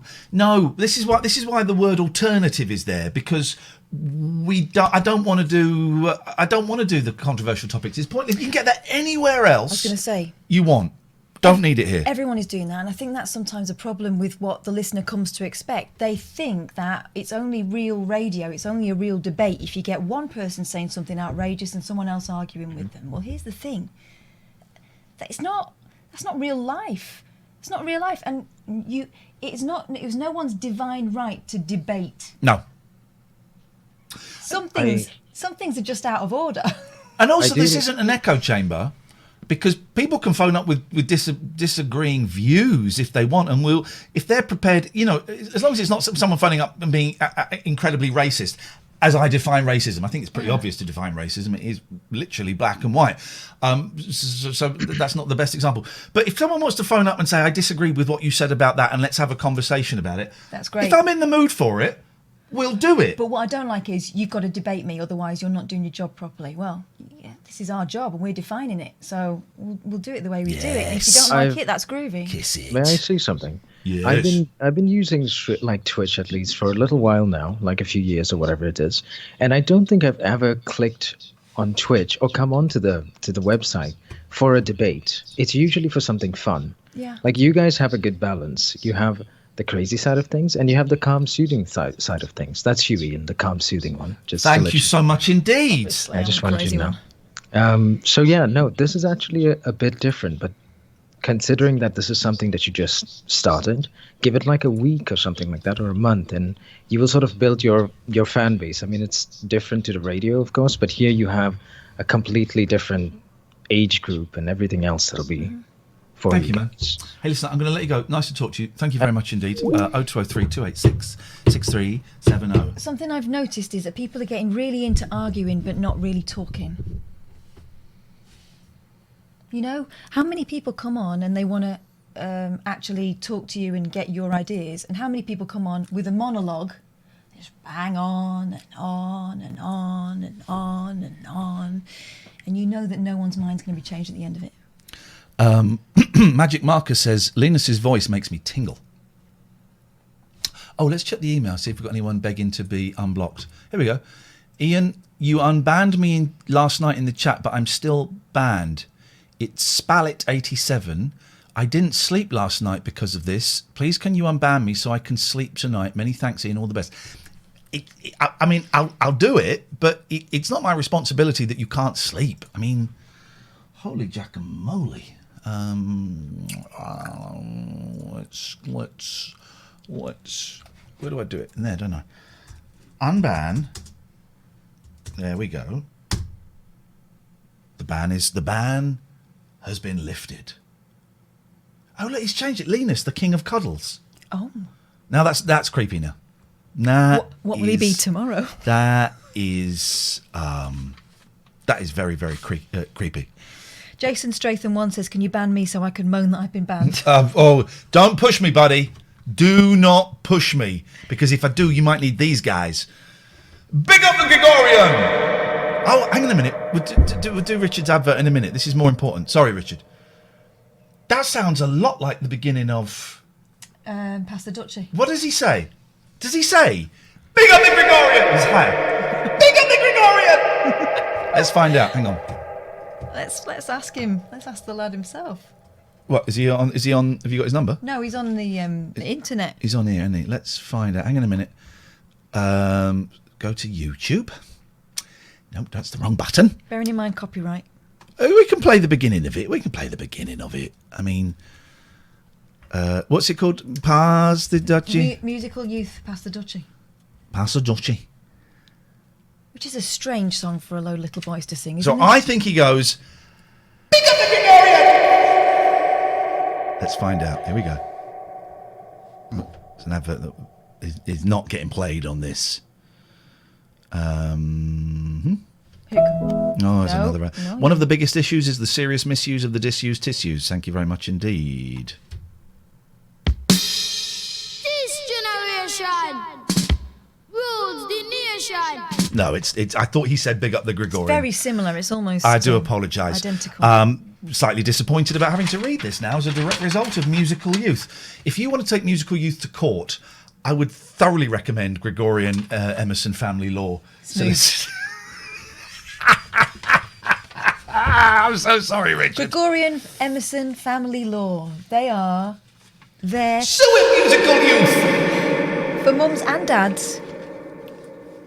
I don't think they are suing Musical Youth. They're not. But it would be a fun project. It is. I know Richard a bit. He comes to a lot of our shows and he's been very helpful. Jerry, who you saw earlier on, is in a nice care home. He was not in a nice care home before. And Richard sorted it out and helped it and did it for nothing as well, actually. He won't do the stuff for you for nothing. Let's not get carried away. A unique joint legal and psychological approach to family law, because you go in and quite often it's this is what you can do and this is how you should do it, or there's this alternative. And there's very little when you're sat, with a solicitor or a lawyer talking about divorce. No one's asking you how you feel about this. How you feeling? Are you talking? Do you think you could talk? Is it worth going off and having a chat and then coming back? And you don't get that. You get that with Gregorian Emerson Family Law Solicitors, GE Law. They take all the legalese out of it for you. They make it as easy as it possibly can be. And it's a flipping difficult situation, as Iain said. They act for as many mothers as they do fathers, so there isn't this kind of bias towards one or the other. They're just, while they can't always win, they win something like 95% of all their cases. Yeah. Let me introduce you a friend of mine. This is Bob the Cat. I think I said he was staring at a wall. It looks like a desk. It looks like the side of a very fancy desk, and that's just one of the many desks you can find at Somers Waste Solutions. He's sitting there thinking about the environmental implications for your business. He's a stunner, isn't he? Absolutely love it. So you don't have to. They've got national coverage, Somers Waste Solutions, and they can manage waste from organisations across the UK, huge places like hotels and hospitals and things like that. Oh, I just grabbed a fly. But also schools, small businesses, they can do skips, so, virtually anything. They're very, very flexible and they're hugely mobile. They can save you money and they can make your company greener, which is great. They can increase your environmental performance, increasing recycling, decreasing general waste, increasing and implementing food recycling if you are not doing such a thing. They can also sort out your confidential stuff. So, Ixnay on the East Way. So they're confident they can save you money and that they can help a lot. SommersWasteSolutions.com. If you do get in touch with any of these companies that we use, please mention TLNA, and who knows, maybe they'll shave for you. Someone's shouting, get me a Kathy, for a start. Get a flipping decent chair. No. 1, I get my own chairs these days. 2, I've got a flipping decent chair. You just can't see it because it's classy. It's a great chair. It's a great chair. They're different. Very, very soft, very comfy. When Kath, she bought that, she leaves it here. When she goes home, I strip off completely naked and sit on there to feel the comfort, to feel the support. Oh, all of a sudden it's getting less comfortable. Hello, caller. You're on the Late Night Alternative. Now then, how's it going? Very well, thank you very much indeed. You're very quiet. Am I? 1 second. I'm not on speaker or anything. What? There's been a little bit of. I said I'm not on the speaker. No, I know. I just think that there's because I'm quite deaf. Can you hear him? Well? Yeah, I can hear, but it's ever so slightly muffled. It doesn't matter. I can make it out. We can make it out. Let What me is? do it. What would No. it? Hello, What do you can remember you in hear the me? old Can you hear days? Do you remember in the old days when if you wanted to phone up to say you had kidnapped someone's children or something, or you were planting a What do you mean when I did that? well, what would you do to disguise your voice? Yeah, put a sock over it, wouldn't you? It was a handkerchief. You put a handkerchief over the end of the phone. But I wonder, I don't know if I've got a handkerchief on me. I normally do. Tomorrow we're going to put handkerchiefs over our microphones. See if you recognise us. To see. What is your name, please, caller? My name is Hemo. Oh, Hemo? Yeah. We haven't spoken in about 10 years, have we? No, it's not been that long. All right, we haven't spoken in about 8 years, have we? No, it's not been that long. When was the last time we spoke? Let's go. Let's do it your way. About a year ago. Shut maybe. your face. Yeah. Oh well. Anyway, yeah, I'm just calling up and been watching, listening, enjoying. Before your show, I missed Mike McCartney. I was doing my own podcast. So for the last 2 hours, I was chatting to my mates, recording. Here we go. Everybody's doing it. Everybody wants to piggyback on my success. Oh, I won't mention it, don't worry. No, go on, give it a mention. All right, it's called Van Hemo and the Babbling Bell Brothers. I knew you would. I knew you would. Outrageous. You You bloody told me to. Yeah, you were supposed to say no, thank you. What is it? That's a good title. It's just me and two of my mates. We just chat. We have 3 topics each week, and we chat. And it's generally just nonsense, but it's good. Okay, that's what it's all about. So it's all about getting your voice out there. Getting your voice 5 heard. stars on the stuff. But do you ever review on iTunes or wherever these things may be? Do you ever leave your own reviews under a pseudonym? No, I leave it under my own name. Do you? Oh, bold. That's interesting. On iTunes, and I have a record label, and on Amazon, I leave reviews under pseudonyms. Okay. For my own. Are they good reviews? Oh, for your own stuff, right? For my own stuff, I leave the best reviews. The best review I ever left, though, was under my own name. Was for the phone shop. Do you remember the phone shop, Catherine? Oh my God, I do remember the phone shop. One of the many phone calls I've had from Iain with him going, right, I'm in a situation. I need you to talk me out of it. No, you didn't talk me out of it. No, Scoins I was did. rubbish because it was just... You put the phone down to me and got onto Scoinsy, and Scoinsy was the one who talked you through, literally talked you out of there. Hemo, I went into a phone shop, right, because my iPhone was cracked, right? Okay. So I went into a phone shop in a town. I won't say where because there's not many phone shops in there. And they fixed the screen. But shortly after, I realised that I couldn't... Sometimes the screen, you couldn't control it. It wouldn't recognise your finger hitting the buttons and stuff. So I went in there and said, I'm really sorry, guys, but you fixed this. And the screen, he said, no, it's fine now. I said, yeah, no, it's kind of intermittent. It might not happen for a couple of days and then it will happen on and off and it might only last 15 seconds. Or it might. He says, fine now. I said, yeah, no, I know. Yeah, I know it's fine now. It's intermittent. He said, mate, there is nothing wrong with this phone. I went, right. Sorry, Did they do diagnostics? No. I said, are you telling me that I have to wait for this phone to not work and then I have to jump in my car and drive to you and show it to you then, even though sometimes it only lasts 15 seconds? Yes. Right, okay. Cue to a few days later, I'm sat on a bench a little bit further down the street and the phone... Suddenly it stops working. I'm there, and just by coincidence, I'm sat there. Phone stopped working. I went, right.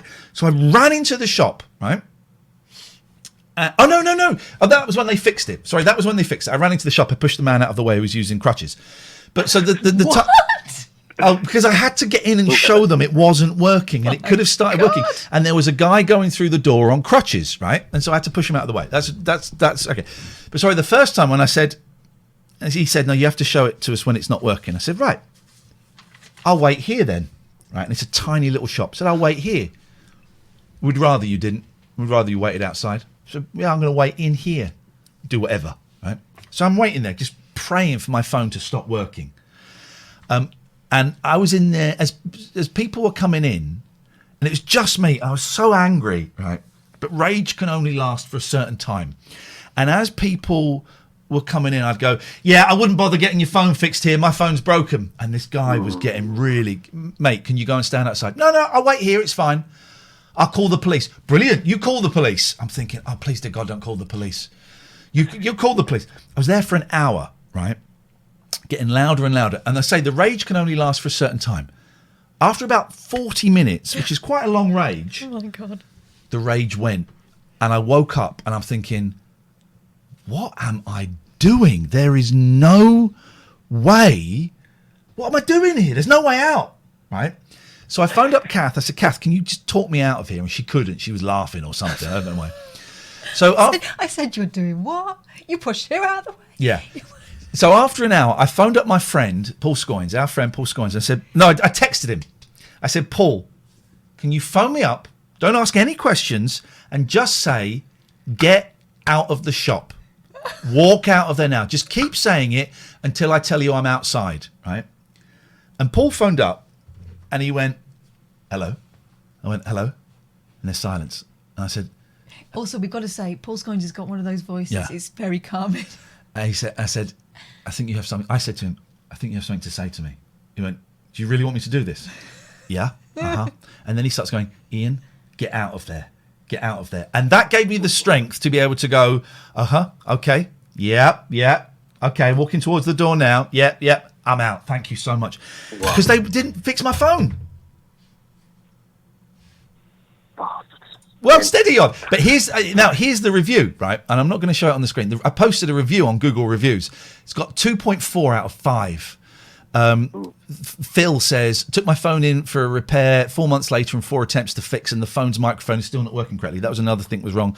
There are some good reviews, but what's this? In my country, they open the glass to see it is the good one, and I have to do it myself because he didn't do it and it was not the good one and I paid for it. Yep. How can you understand? I wanted my money back and I put it back and he didn't give me the money back. I will never recommend this place. Worst customer experience I've ever received. Poor account keeping, lost invoices, poor record keeping, rude to older customers, phone repair. Anyway, so let me find my review. My review... There's a lot of 1 stars. There's a lot of 1 stars. Was it a small independent phone shop? Like just one little guy seen that on one there? Go on, what one? Oliver. Shite. Translated by Google. Shite. Mine is gone, and I wonder if I deleted mine in a moment of Recognition. hang on, lowest rating. Look at all these ones. Yeah. Mine is gone. Do you remember what name it was? Utter bell piece of a shop. Is that not you? That's not me. You. No, mine is gone. Mine was an essay. I described in greater detail than I just described it to you every single thing that happened in that shop. 1 star. I think I might have deleted it a while ago when I was cleaning up my life. Helma, what do you want? I don't know. Let me think. Have you ever heard of Raton Perez? Yeah, Ratoncito Perez. Hey, I heard about him today, and it just blew my mind. Well, they don't have the tooth fairy in Spain. They have a little mouse that comes and collects it. Yeah, when we were in Italy, they have a mouse. The boys lost a tooth, and a little mouse came and took it away. So they have mice in Italy as well that do it. Wow. Yeah. Yeah. I was speaking to a Spanish friend, and he told me. I was just like, God, that's crazy. You know about what they do at Christmas? You know they get their Christmas presents from the Three Kings? Yeah, I know. In January. After, don't they? Yeah, that's right. Yeah. What do Belgian ambulances, how do they go? Pampon. Pampon. Pampon. Pampon. Pampon. Pampon. Pampon. You know what French dogs say? Go on. Wow, wow. We did a whole show on this on LBC once, years ago, of the different noises animals make around the world. And it is brilliant. They all make, like, what was the, what does a chicken make in Japan? What noise does a chicken make in Japan? What sound does a chicken make in Japanese? No, it makes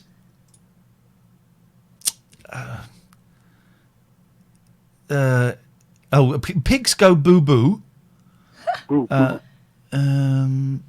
No, there's something. There was some. Here we go. So let's retrace. You started growing. Hang on a minute. You might not be able to hear this, Emma, but can the listeners hear that advert? Yes, you can. All right, so I turn that down.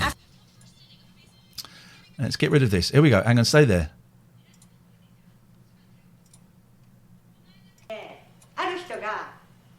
Hang on a minute. What are we doing?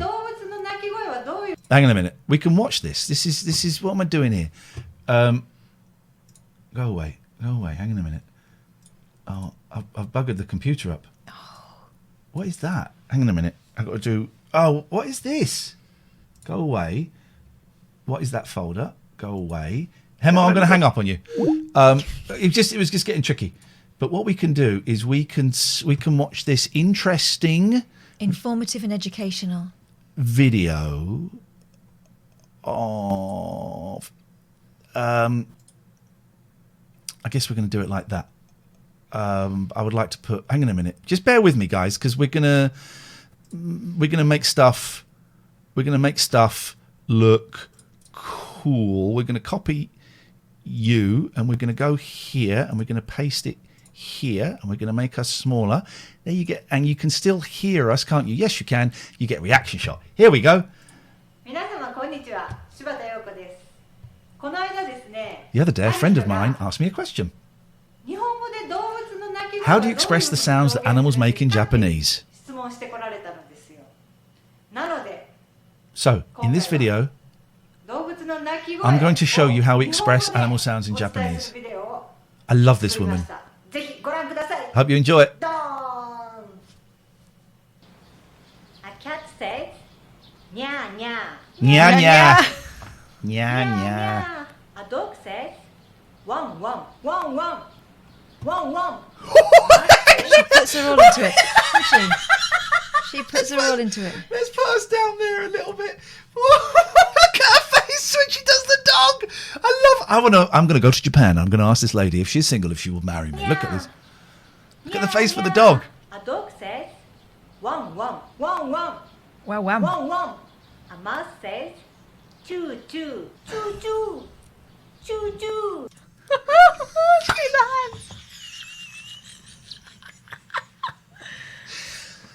This is what the internet was made for. You better click follow. You better subscribe. You better chuck us some bits, guys. What did you learn today? Choo choo. A chicken says, cocky cock caw. That's it. What? That was it. Cocky cock caw.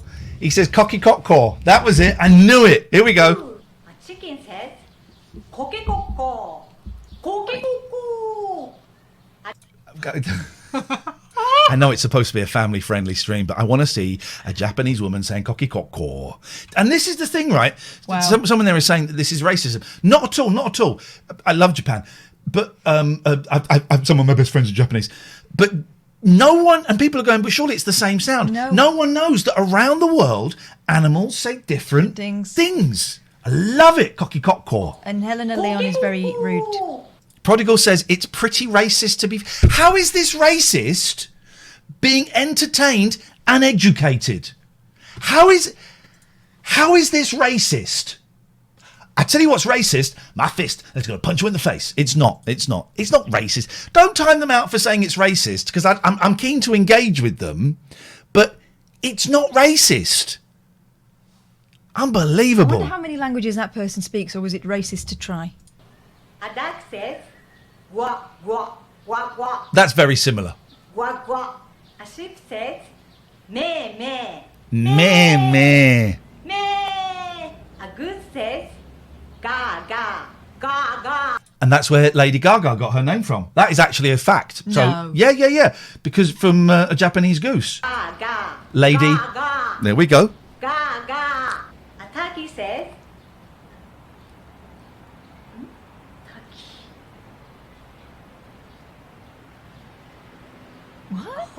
Whoa, they're not saying gobble gobble over there. They're just really cute. Whoa. Guys, the best mods in the business. You don't have to block people for saying this is racist, because it's not.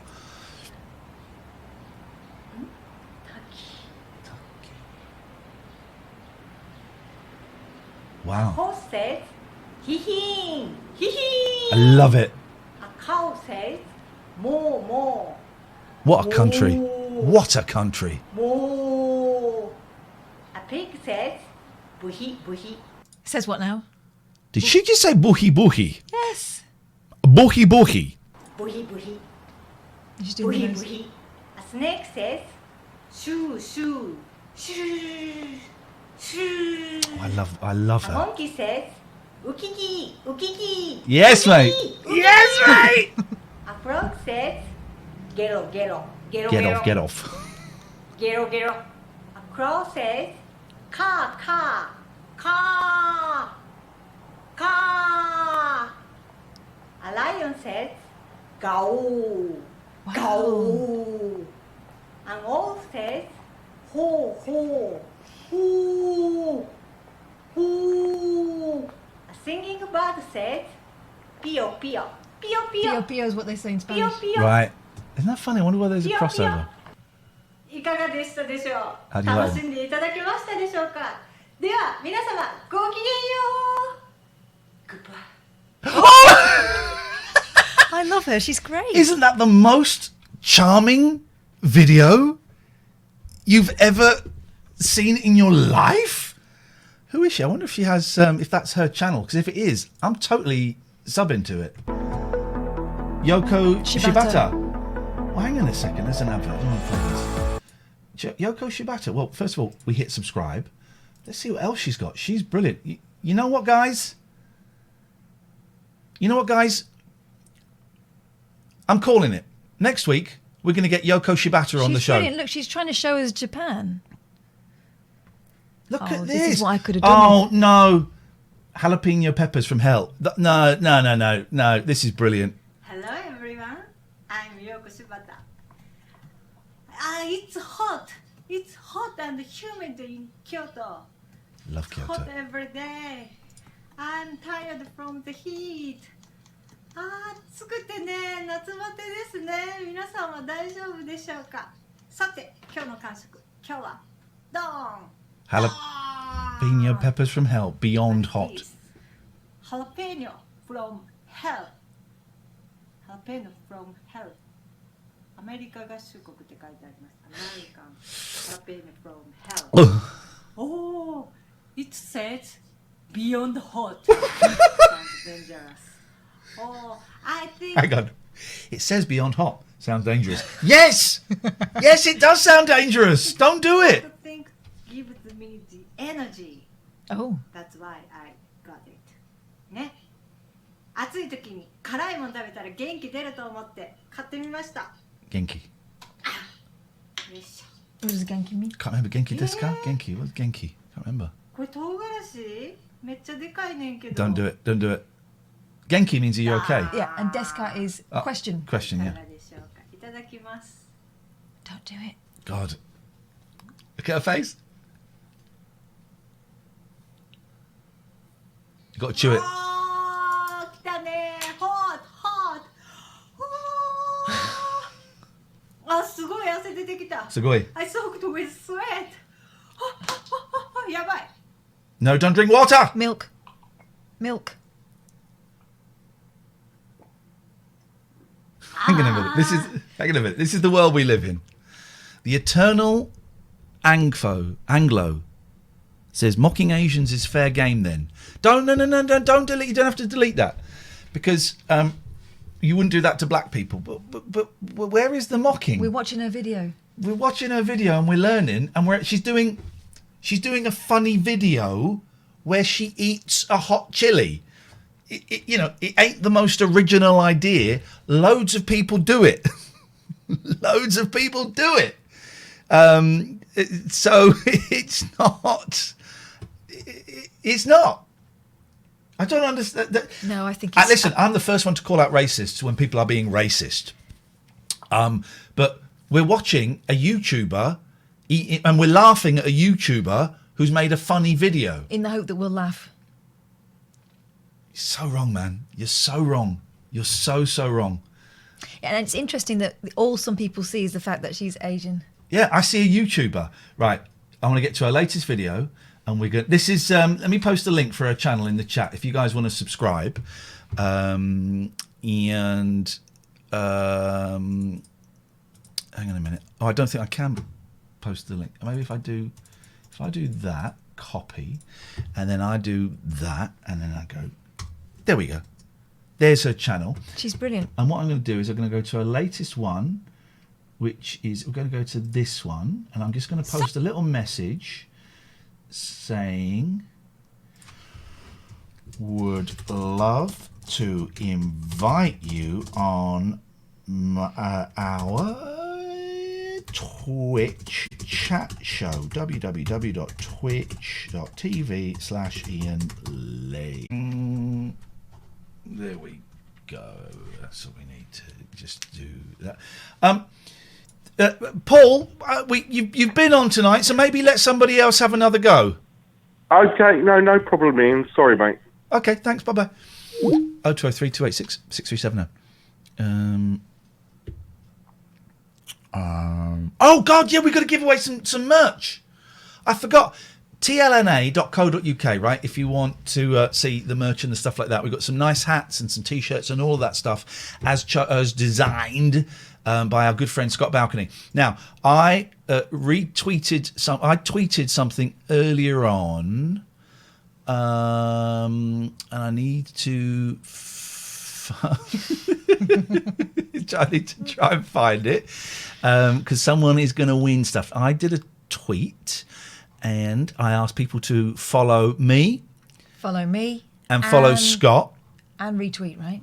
And retweet, and look at that, 192 retweets. Someone getting in there late. I like it. So what I do is I'm going to go here and I'm going to spin. I'm going to have my eyes. Close your eyes, Catherine. Right, and I say stop, right? I'm spinning up and down the retweets. You tell me when to stop, and whoever my cursor is nearest to wins a free T-shirt and a free hat. Cocky cock cock. There we go. The nearest one is Ms. Rangers 999. Ms. Rangers 999. I'm sending a DM. Send a DM. Hang on a minute. Let me just message them on here in public first, and then we'll send a DM. Ms. Rangers 999. Oh, there we go. There we go. We go. And tweet you. I'm like an old man using you the are internet. a bit. Well done. Actually, no. Let's do it here so that everyone can see it. We're going to retweet. Well done. Oh, jeez, blimey, come Grandad. It's on. that cardigan, isn't it? Bloody hell. Well done at Ms. Rangers 999. You have won. Please. I will send you a DM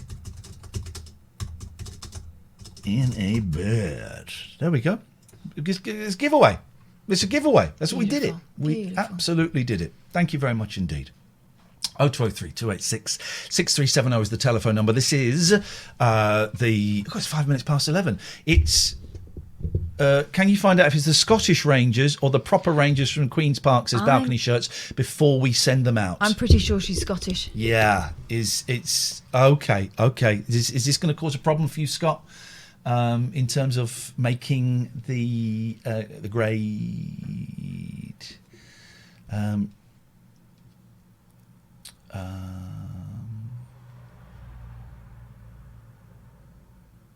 Why can I hear outside?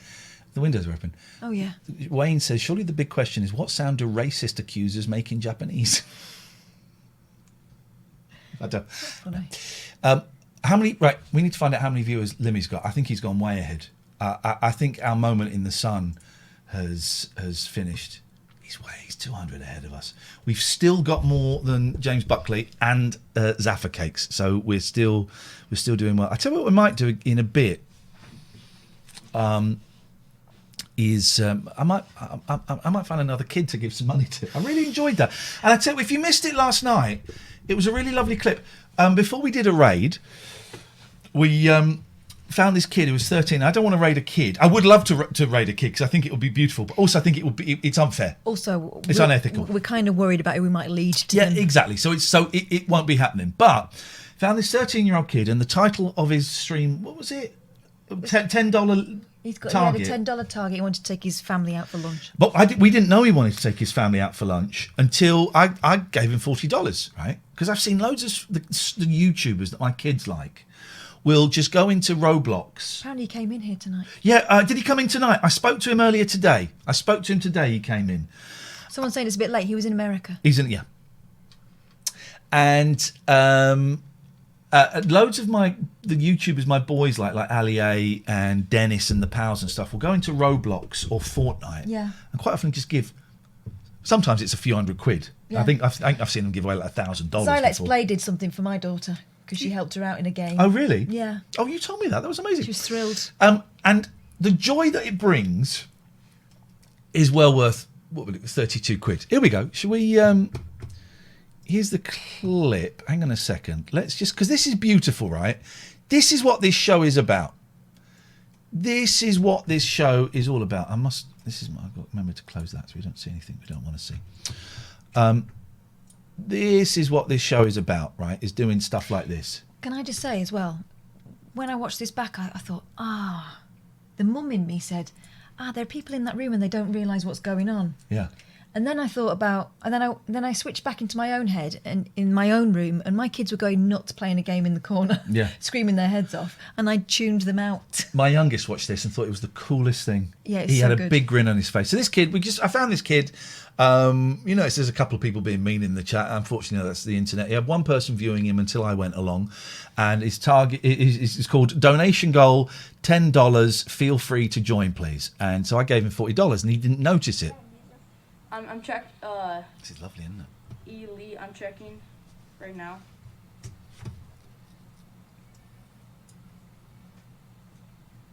Oh my gosh, did you actually donate $40? Oh, he's worried that you're winding him up. I'm worried that I didn't do it. I'm checking it right now, okay? I like this guy. Stop pushing me. Bruh, this is insane. Did you actually? No way. You actually did. That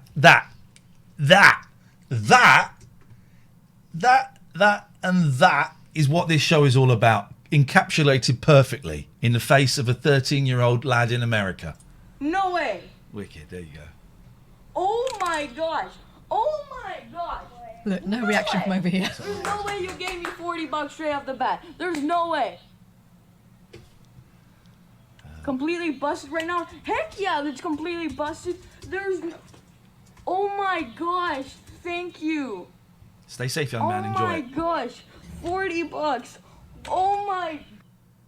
And and then he was going to take his family out for lunch. You know, he made about $100. Yeah, I heard because loads that. of other people gave him money. Oh man. Well done. Well done. Maybe we'll do that again a little bit later on. 0203 286 6370 is the telephone number if you would like to give us a call. You can Skype TLNA if you want. You can do that from anywhere around the world. I think we just had a call. Just missed a call. Hang on a minute. From somewhere that looks pretty interesting if he's really there. Either that or he wants some kind of tax. Hey Ian, how you doing? I'm fine. How are you doing, man?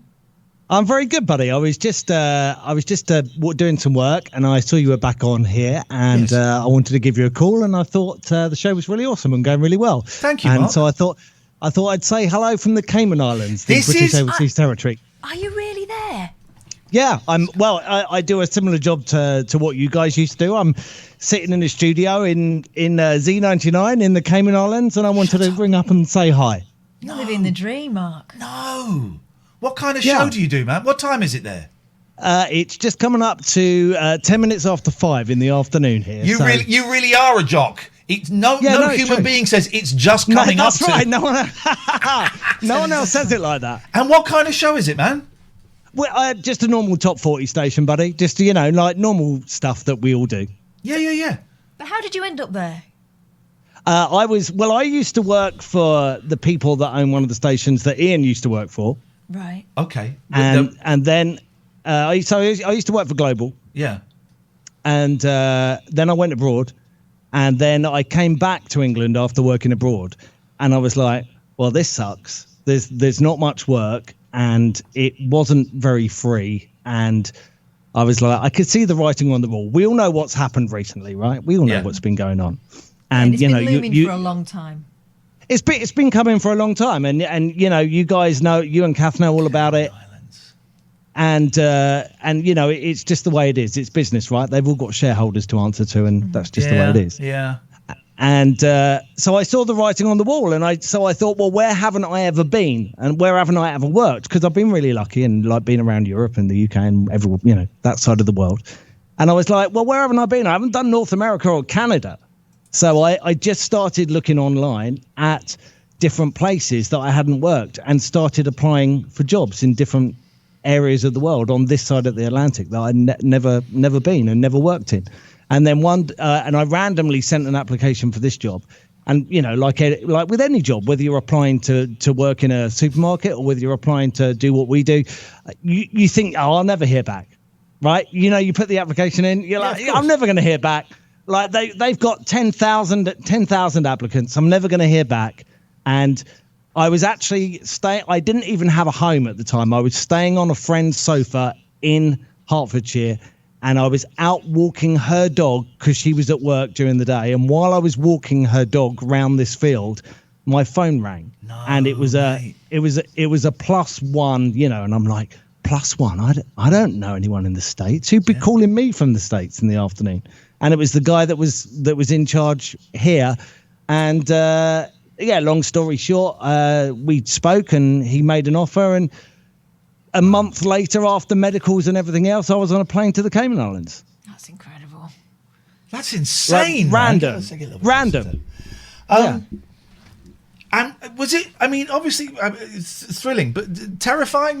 Moving everything over there. How old were you? Did you have a lot of stuff already set up here, or were you fleet of foot? I was a little bit of a hobo, to be honest, because like when whether you're an actor, whether you're, I don't know, whatever you do in entertainment, it's probably the same. Like you become a little bit of a nomad in the fact that you go where you have to go to find work. We've all done it. This is the career we've chosen, and you have to make sacrifices in order to get that work. And so I kind of moved around a fair bit anyway, and lived out of suitcases for quite a while. And one of the liberating things about moving around is you just realize absolutely how much complete clutter you accumulate that you don't need. Yeah.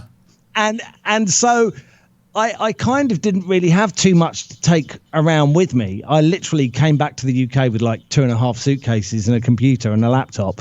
And so when it was time to move here, I was like, oh, well, back in the suitcases it goes, and off we go. But I'd never been here. It was a bit terrifying. And how long have you been there, did you say? 3 years now. And I've got to ask a question that's being asked a lot in the chat. What noise does a chicken make in the Caymans? Right, now this is the funny thing. It's not like the chicken in Japan. Okay. Because it's a British overseas territory, they make the English noise of a chicken. We've forced. This is the empire. There'll be a statue to the man, and it will be a man that took the English chicken noise over there. That's what it'll be. You want to go to Spain where they say cocorico? Do you know what the sickest thing is here? Is there's loads and loads of stray chickens everywhere, and you go to KFC and there's chickens outside KFC. Oh, holding placards, I hope, looking for their mums. They'll eat anything, won't they? Chicken protest. It's terrible. And are you there? I mean, listen, as much as you can be in this business where you think you're safe and then suddenly you're not. Are you there forever? Is that the plan? Well, I don't know whether it's forever. You don't ever say, like you say, in this business, you don't know whether you're ever safe forever. But I'm having a blast, and I live in one of the most beautiful places in the world, and I get paid to do a job I love. So, how lucky am I at the moment? So describe your walk. Do you walk home or do you get in the car? What's it like?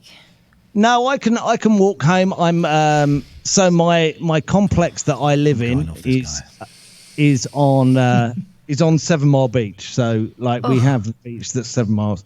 So I literally walk from my complex over the road, and there's a bridge that comes over to like a harbour marina area, and that's where all the studios are. And I can walk from my front door to the front door of the complex here in about 6 minutes. We're just looking at a picture. Just Google image search 7 Mile Beach. I mean, it's we pretty, used to like pretty you. epic. It's You disgust me. You disgust me, Mark. We watch a lot of A Place in the Sun because people are buying, places on beaches, and they're usually bloody awful. And you think, do you know what? I wouldn't live there anyway. But there, I could make an exception. Oh my God, it's so beautiful. There is nothing awful. I literally won the job lottery by chance and accident. Like, if you'd have told me 3.5 years ago, when I came back from Europe with no job and like scratching around and looking for freelance work, I'm sure you've done it, Catherine. Yeah. I know Ian's done it in the past as well. When you're working at different little bits, and they go, "Oh yeah, we've got a shift for you at the weekend," and you're like, "Oh, thanks very much," and it's like, you're excited about it. And if you'd have told me 3.5 years ago that I'd be living in one of the most beautiful Caribbean islands in the world and getting paid and doing the job that we all love, then I'd be like, you're just talking. But Mark, let me just say, as soon as this show finishes, I can walk upstairs to bed. So I would say that is better than living on a beautiful beach. And you've got your cats with you playing with Mises. Yeah, I got my beautiful little cats, my beautiful girls, and my silly little boy. Mark, nice to talk to you, man. Call again, won't you? Buddy. Will do. And show's great, and I wish you the best of luck with it. And it's great to see you going on to bigger and better things. Thank you, mate. Although we're all a little bit jealous of you. Take care, Mark. See you later on, mate. Bye-bye. Thank you. Wow, imagine. Sandy beach. I mean, I don't really like the beach, but I could make an exception for that one. Can you just give me a second?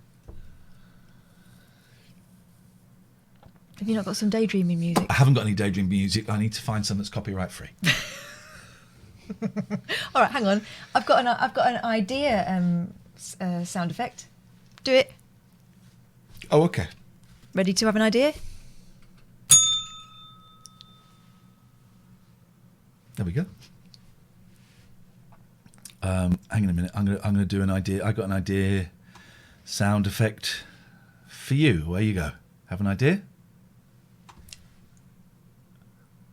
Press it then. Have you turned it up? I pressed it. Oh, flipping heck. My ideas are so quiet. Hang on. I press it again. You ready?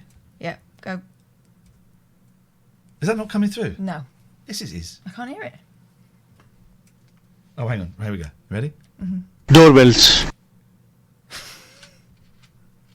Hang on a bit. Oonga, oonga, oonga, shagga, oonga, oonga, oonga. My ideas do not sound like that. He was nice. I liked him. I just blocked someone on the chat for just being argumentative. Stop it. If you don't dig it, that's fine, man. That's absolutely fine. It's quite... The mods are brilliant, and it's a tough old gig, right? This channel's gone from 120 viewers to, well, disappointingly, 1,605. It was 4,500 yesterday. They got a tough job, and I want to be quite strict, because I don't want any of those Pepe the Frogs. I don't want any of that rubbish in this stream. And just see someone just go, well, what about this? What about that? It's just, am I not allowed to question the mods? Do you know what? No, you're not allowed to question the mods. Naff off! This is a dictatorship. It's a benign dictatorship, depending on how you behave yourself. But the internet is not just for arguing, and some people need to be reminded of that. Not allowed to question mine and hers mods.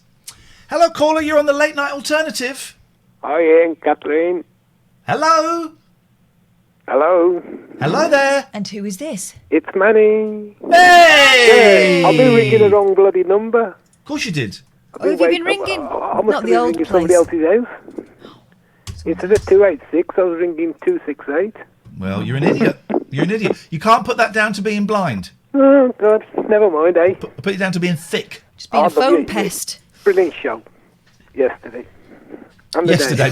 Brilliant show. Beat yesterday. Yesterday. Oh, all right, mate. Yeah. And Monday. And... I mean, we're doing one now, mate. I know, I'm watching it now. Not so good, though, huh? Well, I'm listening to it, not watching it. Not so good. Not so good. Not such a good show tonight. Yeah.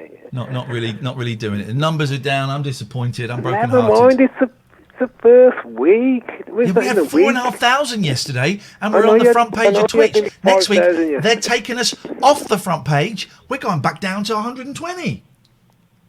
They won't do that. Anyway, how have you been through the lockdown? I know you've been in. I lost my job, mate. It was rubbish. You know what happened? Go on, mate. You know when you was on Talk Radio? Yes. I think this was the day before you left. Anyway, you said, I'm going to have some fun tomorrow. Chill. And then the next thing I know, there's somebody else on then, and I was I having looked fun. on Twitter and just, I was actually having fun. oh, God, never mind. You're on to Balcony better- Shirts you're is on to in the better chat, things. ladies and gentlemen. Balcony Shirts, welcome. He's got to be a VIP, hasn't he? He's got to be. Ban him, time him out. Don't make him a mod, he can't be trusted. Not modding him. And you banned me on your chat. We banned you on the chat. What did you say? I didn't said nothing.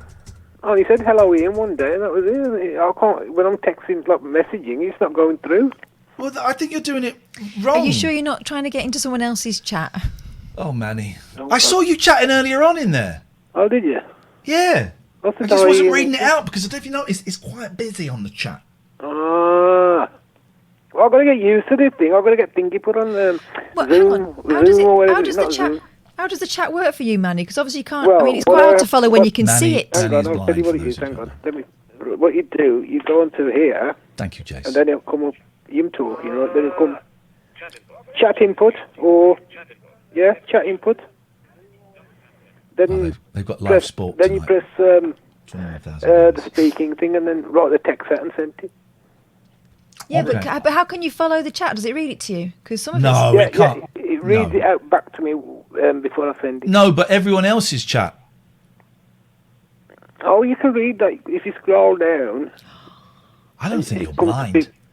If you scroll down, I was watching it before. Cause that guy, he said he was 16 first, and somebody said on the chat that he said he's 16. He obviously and wasn't then he said 16. he was 30 something. I saw someone say that. He obviously wasn't 16. Hang on a I minute. think it might have been a joke. Hang on a minute. Manny, say hello to Paul. All right, Paul. Hello, Manny. How you doing? Yeah, not too bad at all. How are you? I'm good. I'm good now. Anyway, I've got in touch with the show. Yeah, no, it's lovely to hear your voice. Yeah, and you.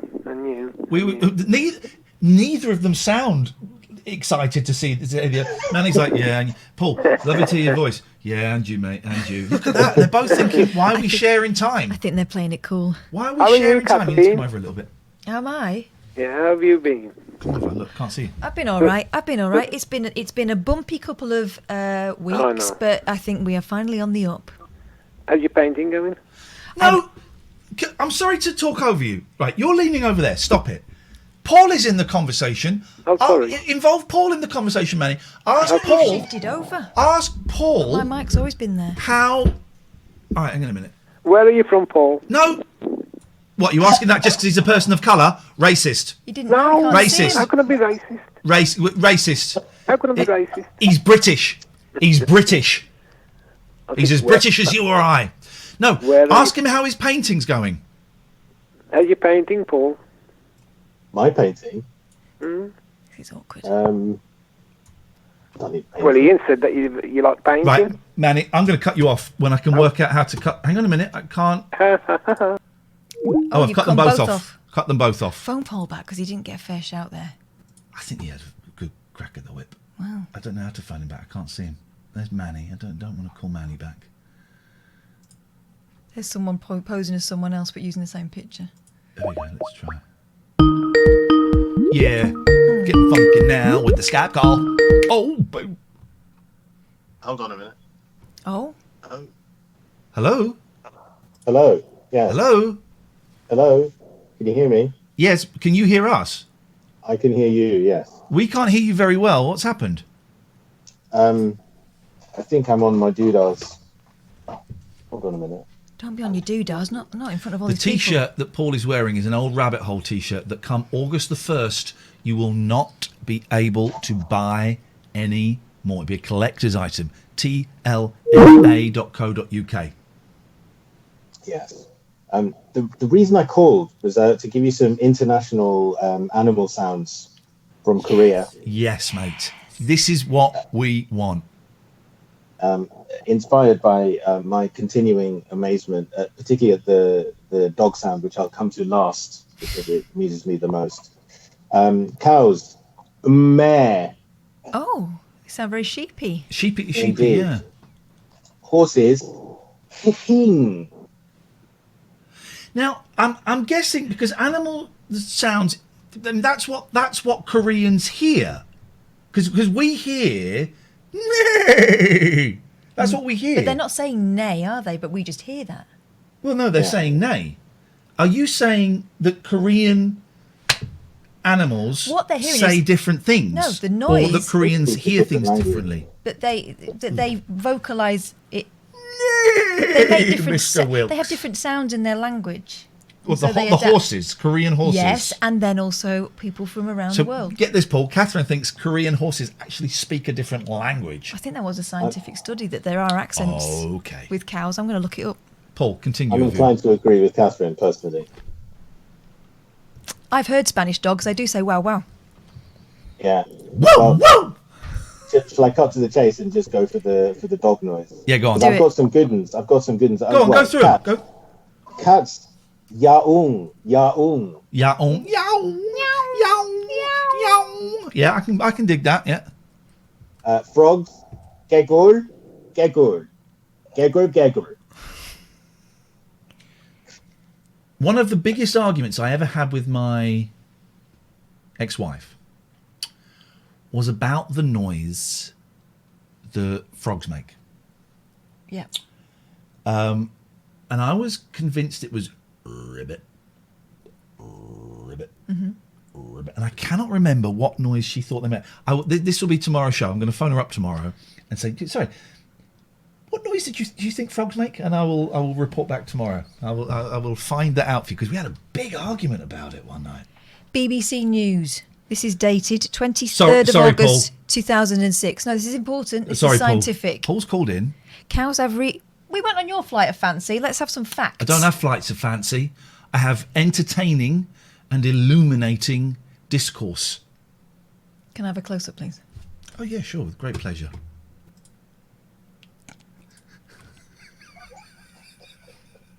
I'm only... Oh, where's your close-up? Oh, it's gone down there.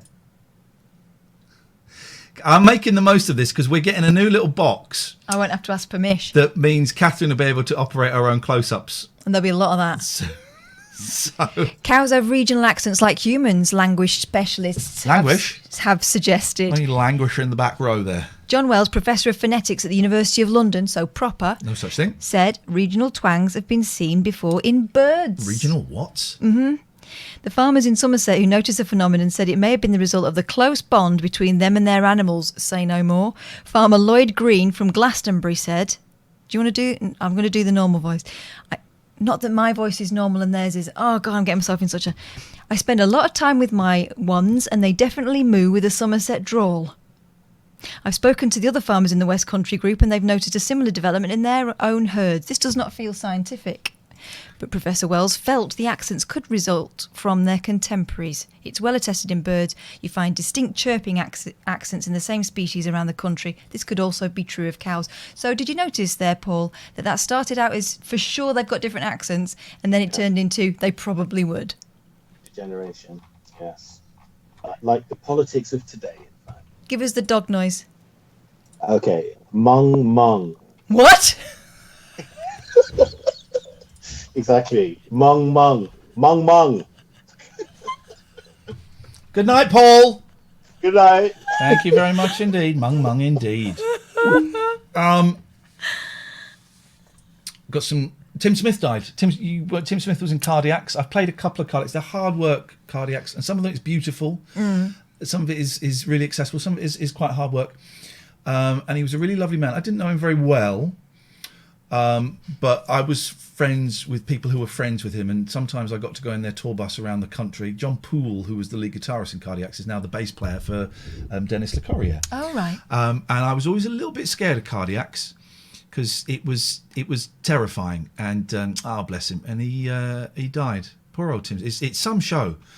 I must have seen them 7-8 times. and there's nothing like it. We can't really play music here, unfortunately, because of copyright and stuff. But it was some show. And it's really sad. Here we go. Look, because I've got Google alerts for me. Shappy Corsandi says her I'm a Celebrity stint was all a bit sad. Yeah, I'll go with that. Her time on the show put her off tabloid fame. Yeah, I'd agree with that. Comedian Shappy Corsandi has opened up on her time in the I'm a Celebrity, Get Me Out of Here jungle and said she felt like a log compared with some of the other stars. Described the experience as all a bit sad, and despite praising TV presenter Ian Lee and Coronation Street actress Jenny McAlpine, said it felt like being back in school. They're the two that I praise when I'm asked about it. Do you keep in touch with them? Jenny and her husband and Shappy a bit. She said, I knew when I got in there, the only reason I can stay in the show is if I create some kind of drama. I had a mantra. I refused to argue with anyone, not even Rebecca Vardy when she was really mean to me. The show gave me such a deep and renewed love of stand-up comedy in the industry I work in and took away all of my career anxieties. Yeah. Because it showed her that the other side was ghastly, so she was in the right place. I can't disagree. Can't disagree with that. It did some of that. Ian, can you get a music broadcast license for Twitch? I don't think so. But I don't think you can. Not at this stage, but who knows where this is going to end up? This thing that because you couldn't get one specifically for the show. You'd have to get one for the entire Twitch, and no, I can't help. I've got to look at how many Limmy has got. This is the big. He's quite low. The big. He's quite low. I mean, it's 1700 is not low, but by comparison, there's a big old sports event on Twitch. You see, and this could be our problem. Is what makes us successful is what will kill us. Twitch's branching out and expanding gave us this gig, but will kill us. No, here's my theory, and it's just a theory at this stage, so bear with me. Twitch, I think, is still quite a masculine environment. So things like male environment. So things like sport and stuff will be a big draw for the sort of people who are already here. But the fact is that the way they're branching out means that it won't just be those guys soon. That other people will join it. Yeah. I'm going to try and call this guy, although I think I might live to regret it. Yeah. Doing the calls now. All right. Pretty mama now. Oh, hello. Hello. If you could. Hello there, Sir Luca. Hello. Oh, yeah. Okay. I was not expecting you to call me back. Sorry, man. I missed your call because we were chatting, and I thought you cancelled because I thought you were. Sorry. Yeah. Hello. No, don't apologise. How you doing, man? Whereabouts are you? I'm in Edinburgh. What's it? I love Edinburgh. I absolutely love Edinburgh. Hello. Hey. Nice to see you. I love Edinburgh, but I haven't been for ages. What's it like up there at the moment with all of the lockdown? I just came back from a pub. I was saying goodbye to a friend that's going to work in a farm in Norway. And I finished my burger and I'm eating a cannoli. Oh. I'm hungry. Here's another man who's living the dream. I am hungry. Whereabouts are you from? I can't quite place that accent or that moustache. Brazilian. It's Brazilian. Another Brazilian. Hey, you speak Brazilian, don't you? No, I don't. I did a year of Portuguese. I found it so difficult. Not talking about Portugal. We're talking about Brazil. You see. So what are you doing over here, man? Love, work, travel? I've been living here for the last 2 years now. Yeah, 2 years. I'm unemployed at the moment. I lost my job, like most people, a lot of people in the quarantine. What were you doing before? I was a cook, but I had just graduated software engineering as well. So wow, okay. I'm getting a little. Have you been in Scotland the whole time? I was going to say I'm getting ever such a slight hint of the Scottish accent just coming through. I can hear your Brazilian edges have kind of been smoothed down a little bit with a Scottish vibe going on. So what are you doing? Because listen, this is new to us. I've been streaming a little while. Kath is new too, but doing this show is new to us on Twitch. Mm-hmm. Why are you watching, and why did you call in? I started watching because I saw as recommended, I think the first day you started, like a week or two ago, I think it was. We did a couple of trials a week ago, yeah. Was in the homepage of Twitch, and I decided to click. And it reminded me quite a bit of when I used to when I used to work in a kitchen, BBC Radio 6. Okay. I can't remember the name of the guy. It was around midday to like 2 o'clock. I forgot now his name. Was it two blokes? No, it was just a single bloke, dude. Yeah. Who would that have been? I can't think who that would have been. I'll have a think. Someone in chat will tell us in a minute. But usually he's just bantering usually, and some musics. Yeah. And this reminded you of that? Yeah, a bit. And not Sean Keaveney. Was it Sean Keaveney? Yeah, thank you. Sean Keaveney. I know Sean. What a lovely man. Yeah, so I enjoyed it and started following. Hey, Oh, nice that's one. very sweet, and that's a great compliment as well. But I have to ask you, Luca. Yeah. You called up, but you only let it ring for like 2 or 3 rings, and then you hung up. Why? Be honest. Yeah. It was honestly because it was kind of an accident that I called, and I was expecting to call to Get straight through. I was expecting like 100 other calls in the queue in front of me. No, we're very accessible. Yeah, that was really cool as well. This is the joy of this. We have missed a few calls, and if you have called in tonight, dear viewer, and we've missed you, I'm really sorry. I'm calling some people back, but if I didn't call you back, I'm really, really sorry. Well, hey, listen, man, you're very welcome. Is there anything you want to say? Is there any message you want to pass to the Twitch and the YouTube and the podcast viewers and listeners? No, I guess just you guys are doing great work and good quality in audio and everything. I have a question. What do Brazilian dogs say? Wow. Luca, thank you, mate. You've made my night. We'll speak again soon. Chickens do cocorico. Cocorico. I think they're much more elaborate and fancy over there. Luca, it's nice to talk to you. We'll talk to you again soon, my friend. Thank you. Thank you. Bye. Take care. Bye. Bye-bye. Bye, Luca. I have picked up an annoying habit of saying my friend. Oh. I've picked up an annoying habit of saying my friend. No one says my friend. One person does. Yeah. What's got 2 thumbs and is an idiot? No. This guy. I know someone else who says it on LBC. Nick Ferrari will say my friend, or he'll say governor to someone who he deems more common than he is. Nick Ferrari says my friend to people of colour. Oh, does he? Yeah, he does. He does. And well done, Luca, on the moustache. I had a moustache for a while, and I found that was very divisive, wasn't it? Yeah, it was. I got a lot of abuse for my moustache, and I found some pictures of me wearing a moustache. I thought it looked great. I thought it looked rather distinguished. It looks absolutely great, and I might go back to it. I saw someone with a big bushy beard the other day. I thought I should have just grown my beard. My hair's growing back a bit, but I'm thinning. Well, you say that, but hey, can I ask a question? Right. This is the place to do that, yes. Day three. While we're asking a question, I'm going to make a phone call. Day 3 of me going vegan, right? And I'm loving it. I'm loving the food. Jack Monroe, veganish. Last 3 nights, I've cooked dinner for both of us out of there. The thing we had tonight, steak and ale pie. Obviously, it's not steak. My God, that was great. It was lentils, wasn't it? And like tomatoes and that. Hello, Nigel. Hello. Oh, hi, Ian. Hello, Nigel. It's Ian and Katherine. And me. Yeah, I guessed it was. Hi, Katherine. All right. I was just on the internet talking to Sylvian Bernard. You don't know him, do you? Sylvian Bernard. How do I know that name? Who is that? Someone on Facebook. He says that he's in love with me. He's he's in love with me. He said.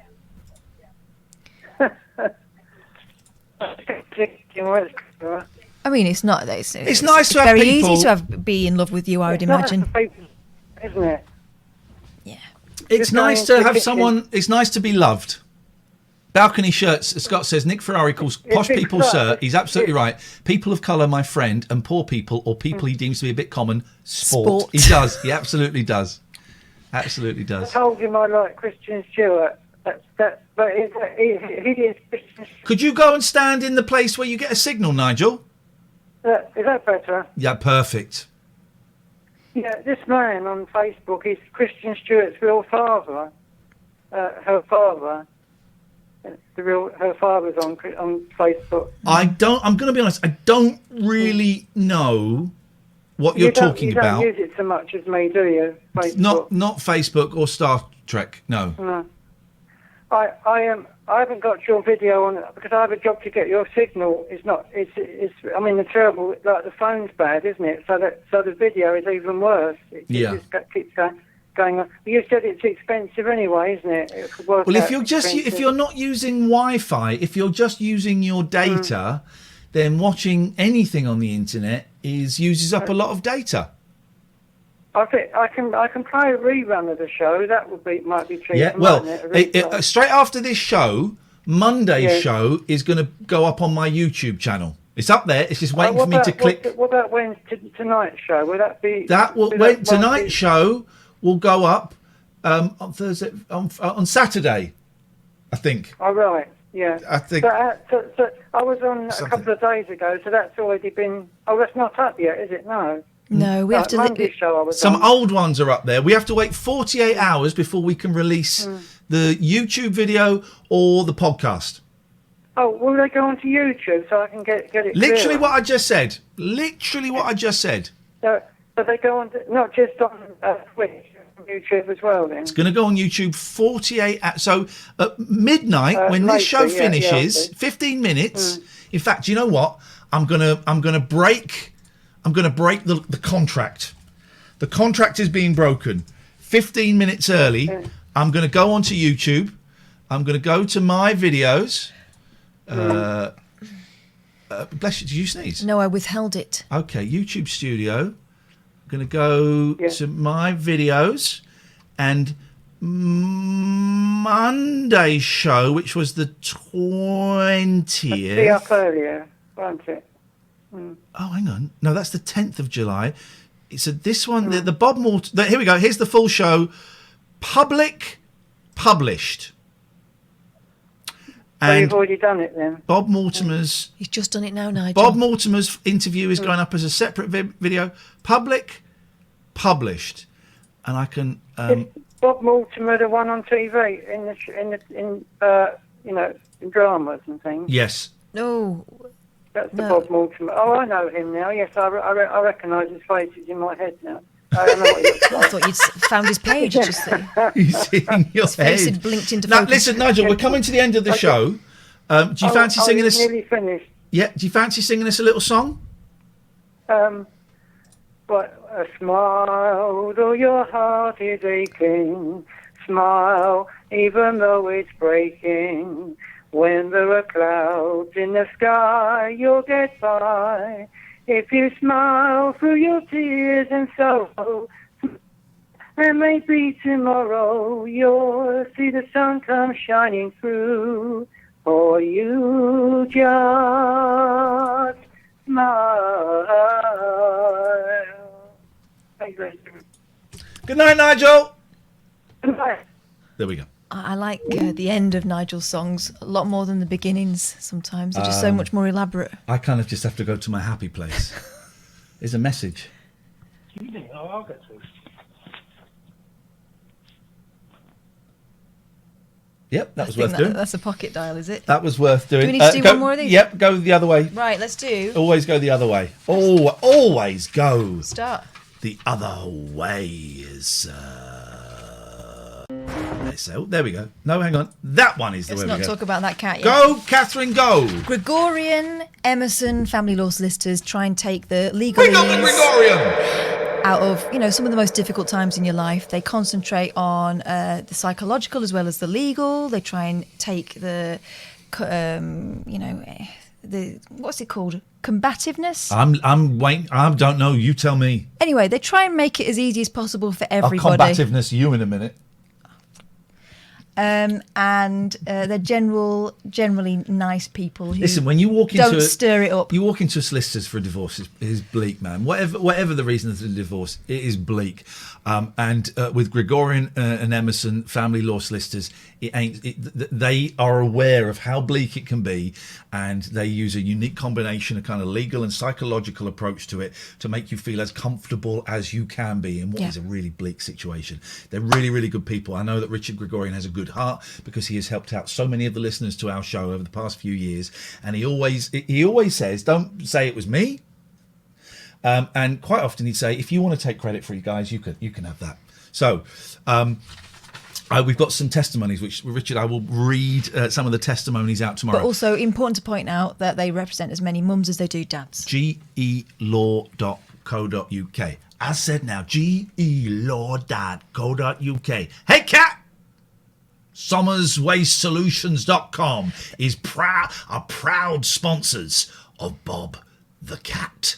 They were saying today, I know that one of the lads that works there as well is a big fan of cardiacs, saw them like 50 times and is devastated. Mm-hmm. But they were saying that they've got, because Bob Another cat's turned up. Bob right? is a stray that goes in and just like hangs out. Yeah, he's invited and his he's brought a mates. mate over. It's like, I found a bunch of suckers, right? They'll give you as much food as you want. Actually, I think he just can't believe his eyes at just how great they are as a one-stop shop for all your waste solutions. Ooh, and he's saying, she's good. Mate, I need to show you something slick. This way for free food.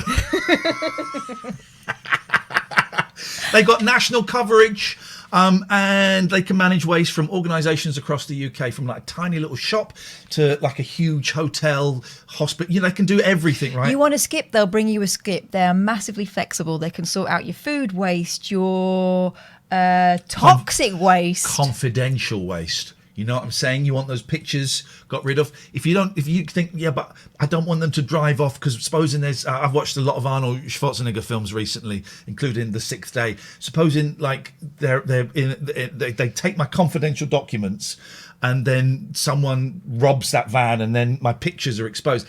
If you don't want them to get rid of them on off-site, they'll do it on-site. And they'll sort all your legal compliance worries out as well. They've got really great customer service. They're really nice. I've chatted to them, and they are really lovely, very helpful people. They're really, really nice people. What I'm saying is, everyone we're working with, we got no a-holes. But Somers Waste Solutions are great, and they will more than likely save you money, and they can almost definitely increase your green credentials at a time when, you know. And who doesn't want better ones of those? The planet is dying. It's a good thing to do, and it looks good for companies as well. So if you go to SommersWasteSolutions.com, SommersWasteSolutions.com, SommersWasteSolutions.com, and if you mention us, who knows? Maybe they'll get you a signed photo of this guy. Bob the Cat. Or this guy. Or that guy. Or his mate. His mate. Thank you to all of our sponsors. I love it. They're so kind. We've got room to take on maybe one more, because we're speaking to a company on Friday. Catherine, please do the honours. Hello, who's that on the phone there? It's Vance. Hello, Vance.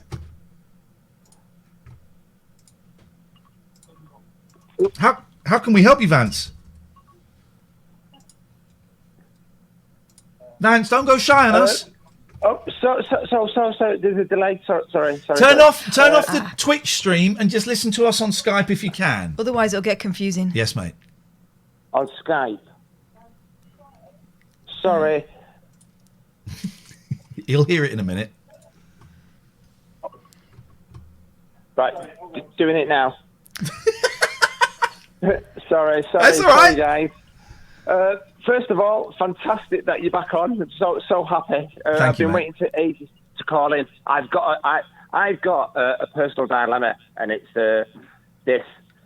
I'm a heavy goods driver, and I've had a long time 16 affair with a lady called Jane, who is my sat-nav voice, and I really think that Catherine should do a sat-nav voice for truckers and heavy goods drivers. Okay. How do I put this? because you've got such an amazing, calming voice. What is wrong with my voice, Vance? What is wrong with my You voice? missed a turn. Go back. Ian, you just make me want to go roundabouts constantly. I'll shove a roundabout up your Jackson. What is wrong? Hey, lorry driver. Why don't you turn right now, please? See, now that works for me. Yeah, of course it works for you, because I got it, man. People don't think I got it. I have got it. But Catherine's got the ultimate voice for... The ultimate voice. Hey, you should put that on your mega voice. on your CV. That'd be lovely, wouldn't it? I just realised who you look like. Jane McDonald. You cheeky sod. You cheeky sod. Jane McDonald is I've met Jane McDonald. My God. She goes cruising. She's got a voice like that. She's got it. She is. I would have a Jane McDonald sat nav at the drop of a farmer's belt. But honestly, for the record, guys, me and my brother, we're so happy that you're back on, and being able to watch it and listen to you guys is amazing. It just gets us through the night, especially me, because I drive heavy goods. So, well, you can't watch us while you're driving. Goodbye. At the next turning, call at the police station.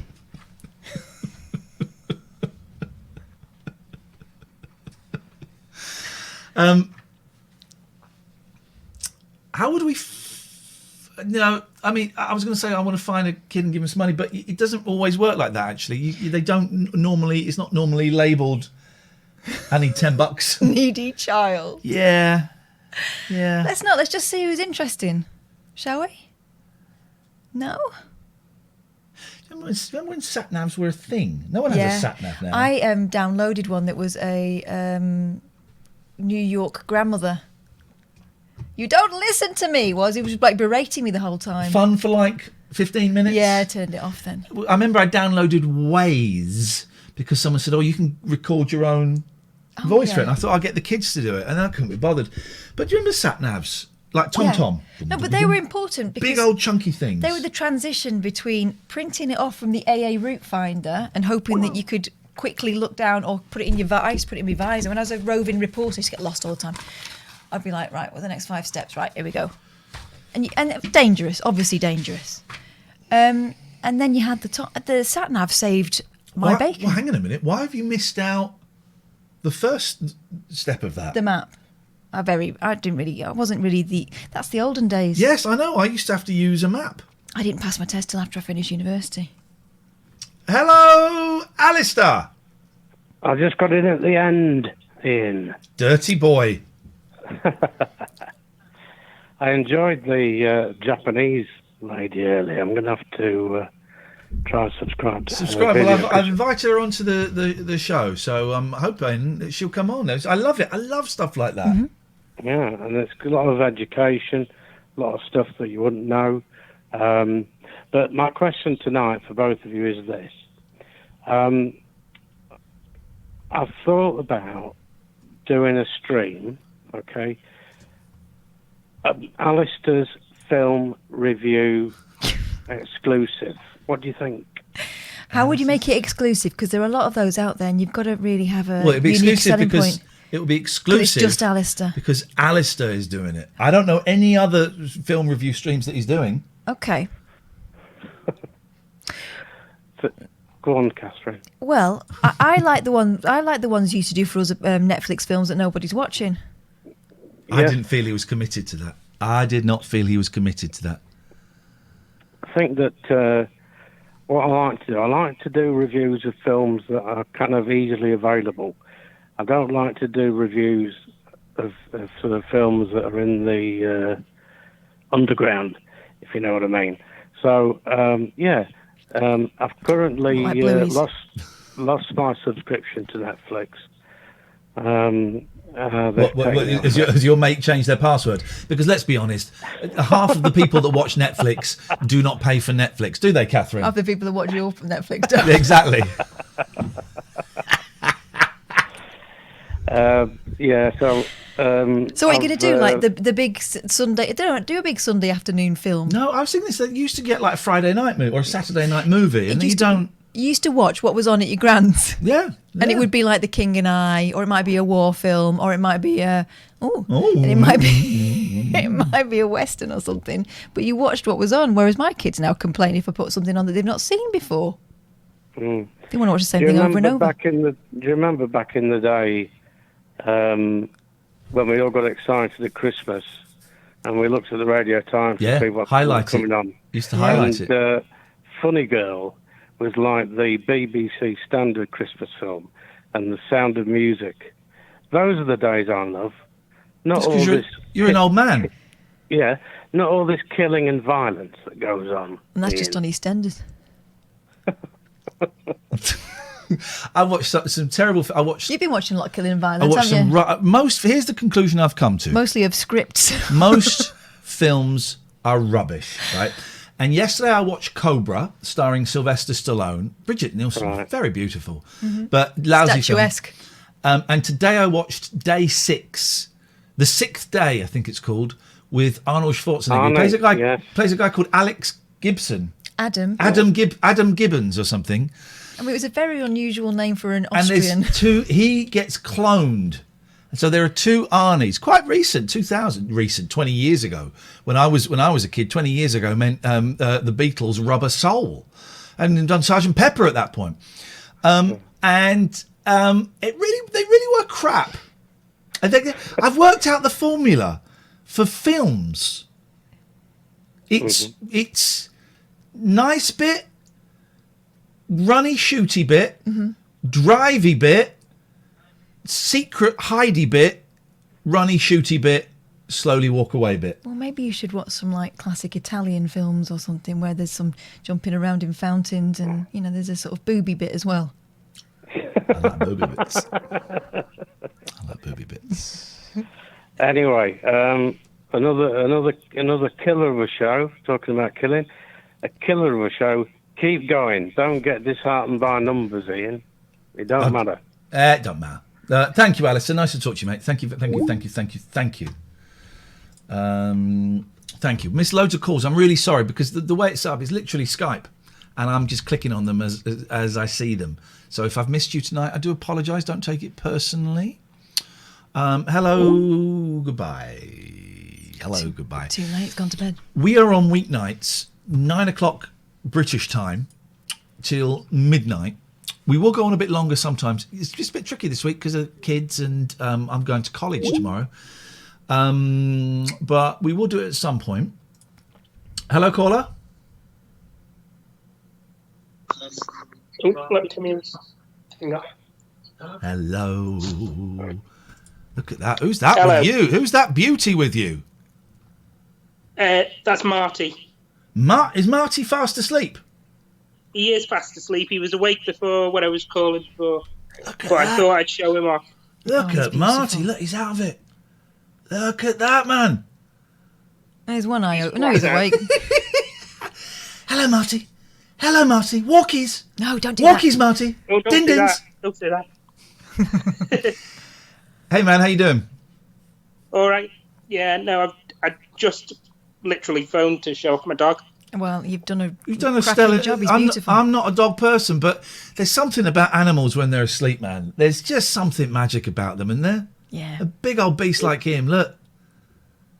He said, who are you calling a beast, you cheeky swine? Getting comfy. Does Marty sleep on the bed with you? No, he's we've got his own little apartment over there. Oh, look at his eyes. I love it.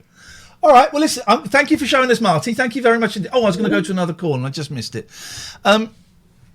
So we are going to be on Monday to Friday, 9 till 12. I have just put up Monday's. Oh, hello. Hi. Monday's show on YouTube.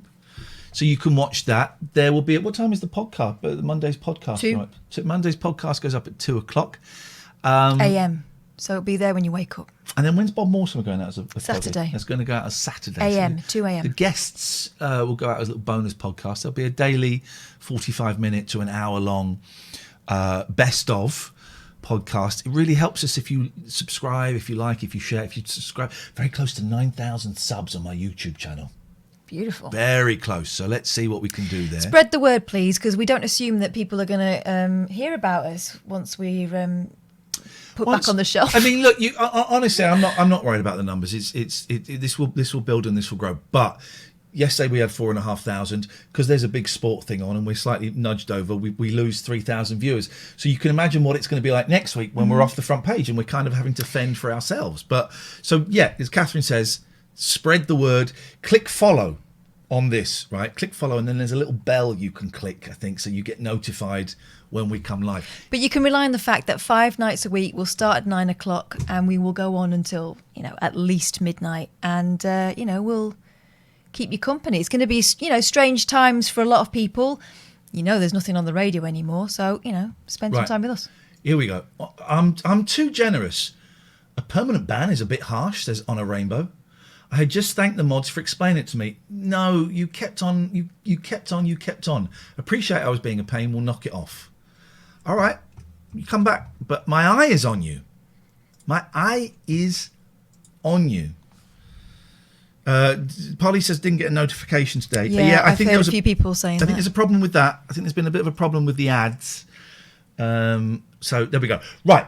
So I'm going to close Skype. Thank you everyone that called. We're going to go and find someone to raid, and we're going to find what we. Do you want to explain what a raid is? Oh, there's Limmy. Let's mute that. Okay. That could get a little So bit. if you ever watched the streams that we did of our radio shows or listened to our radio shows, we used to do a thing called the Love Bomb, right? Because things were getting quite toxic months ago, and we decided that to try and neutralise some of that, we would go and do something nice. So what we would do is we'd go onto Periscope. And we would find someone who was talking to maybe 1-2 people, and we'd go in there and just hit them with a load of positivity and encouragement. Because some people are on there like playing. There was a guy, do you remember, playing guitar in a bar, and he was great, and no one was listening to him. They were all just like eating their chicken or whatever. And people just that was really good. No one was listening to him, and we were paying more attention. And then we found this guy called the Bride of Christ who was rocking out in his spare bedroom with a feather boa on and enjoying himself immensely. And then to find that other people were enjoying it too, my God, it rocked his world. I love him. And he stayed following us, and quite a few people have. Do you remember we spoke to one woman who had just bought her first car, or she just passed her test? Was that Gina? Yeah. We get a little insight into people's lives and just show them a little bit of appreciation. So we're trying to find someone at the moment on Twitch, because obviously there are so many windows into people's worlds on this particular platform. We'll find you someone, and we will do something similar. What do you reckon? You're not convinced? Not convinced? Okay. So keep an eye on it in the corner. Just see if anything else happens. Find someone, and it sometimes takes us a little while to find the perfect person.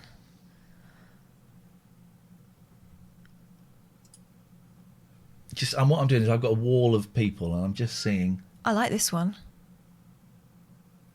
How many she got?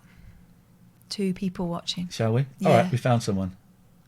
Be cool. Be cool. Be nice, please. Be nice, because if I find out you've been mean, then you get banned from my channel. Thank you for watching us, ladies and gentlemen, boys and girls. Let's just go and do something nice, and we will be back. I've got colleagues.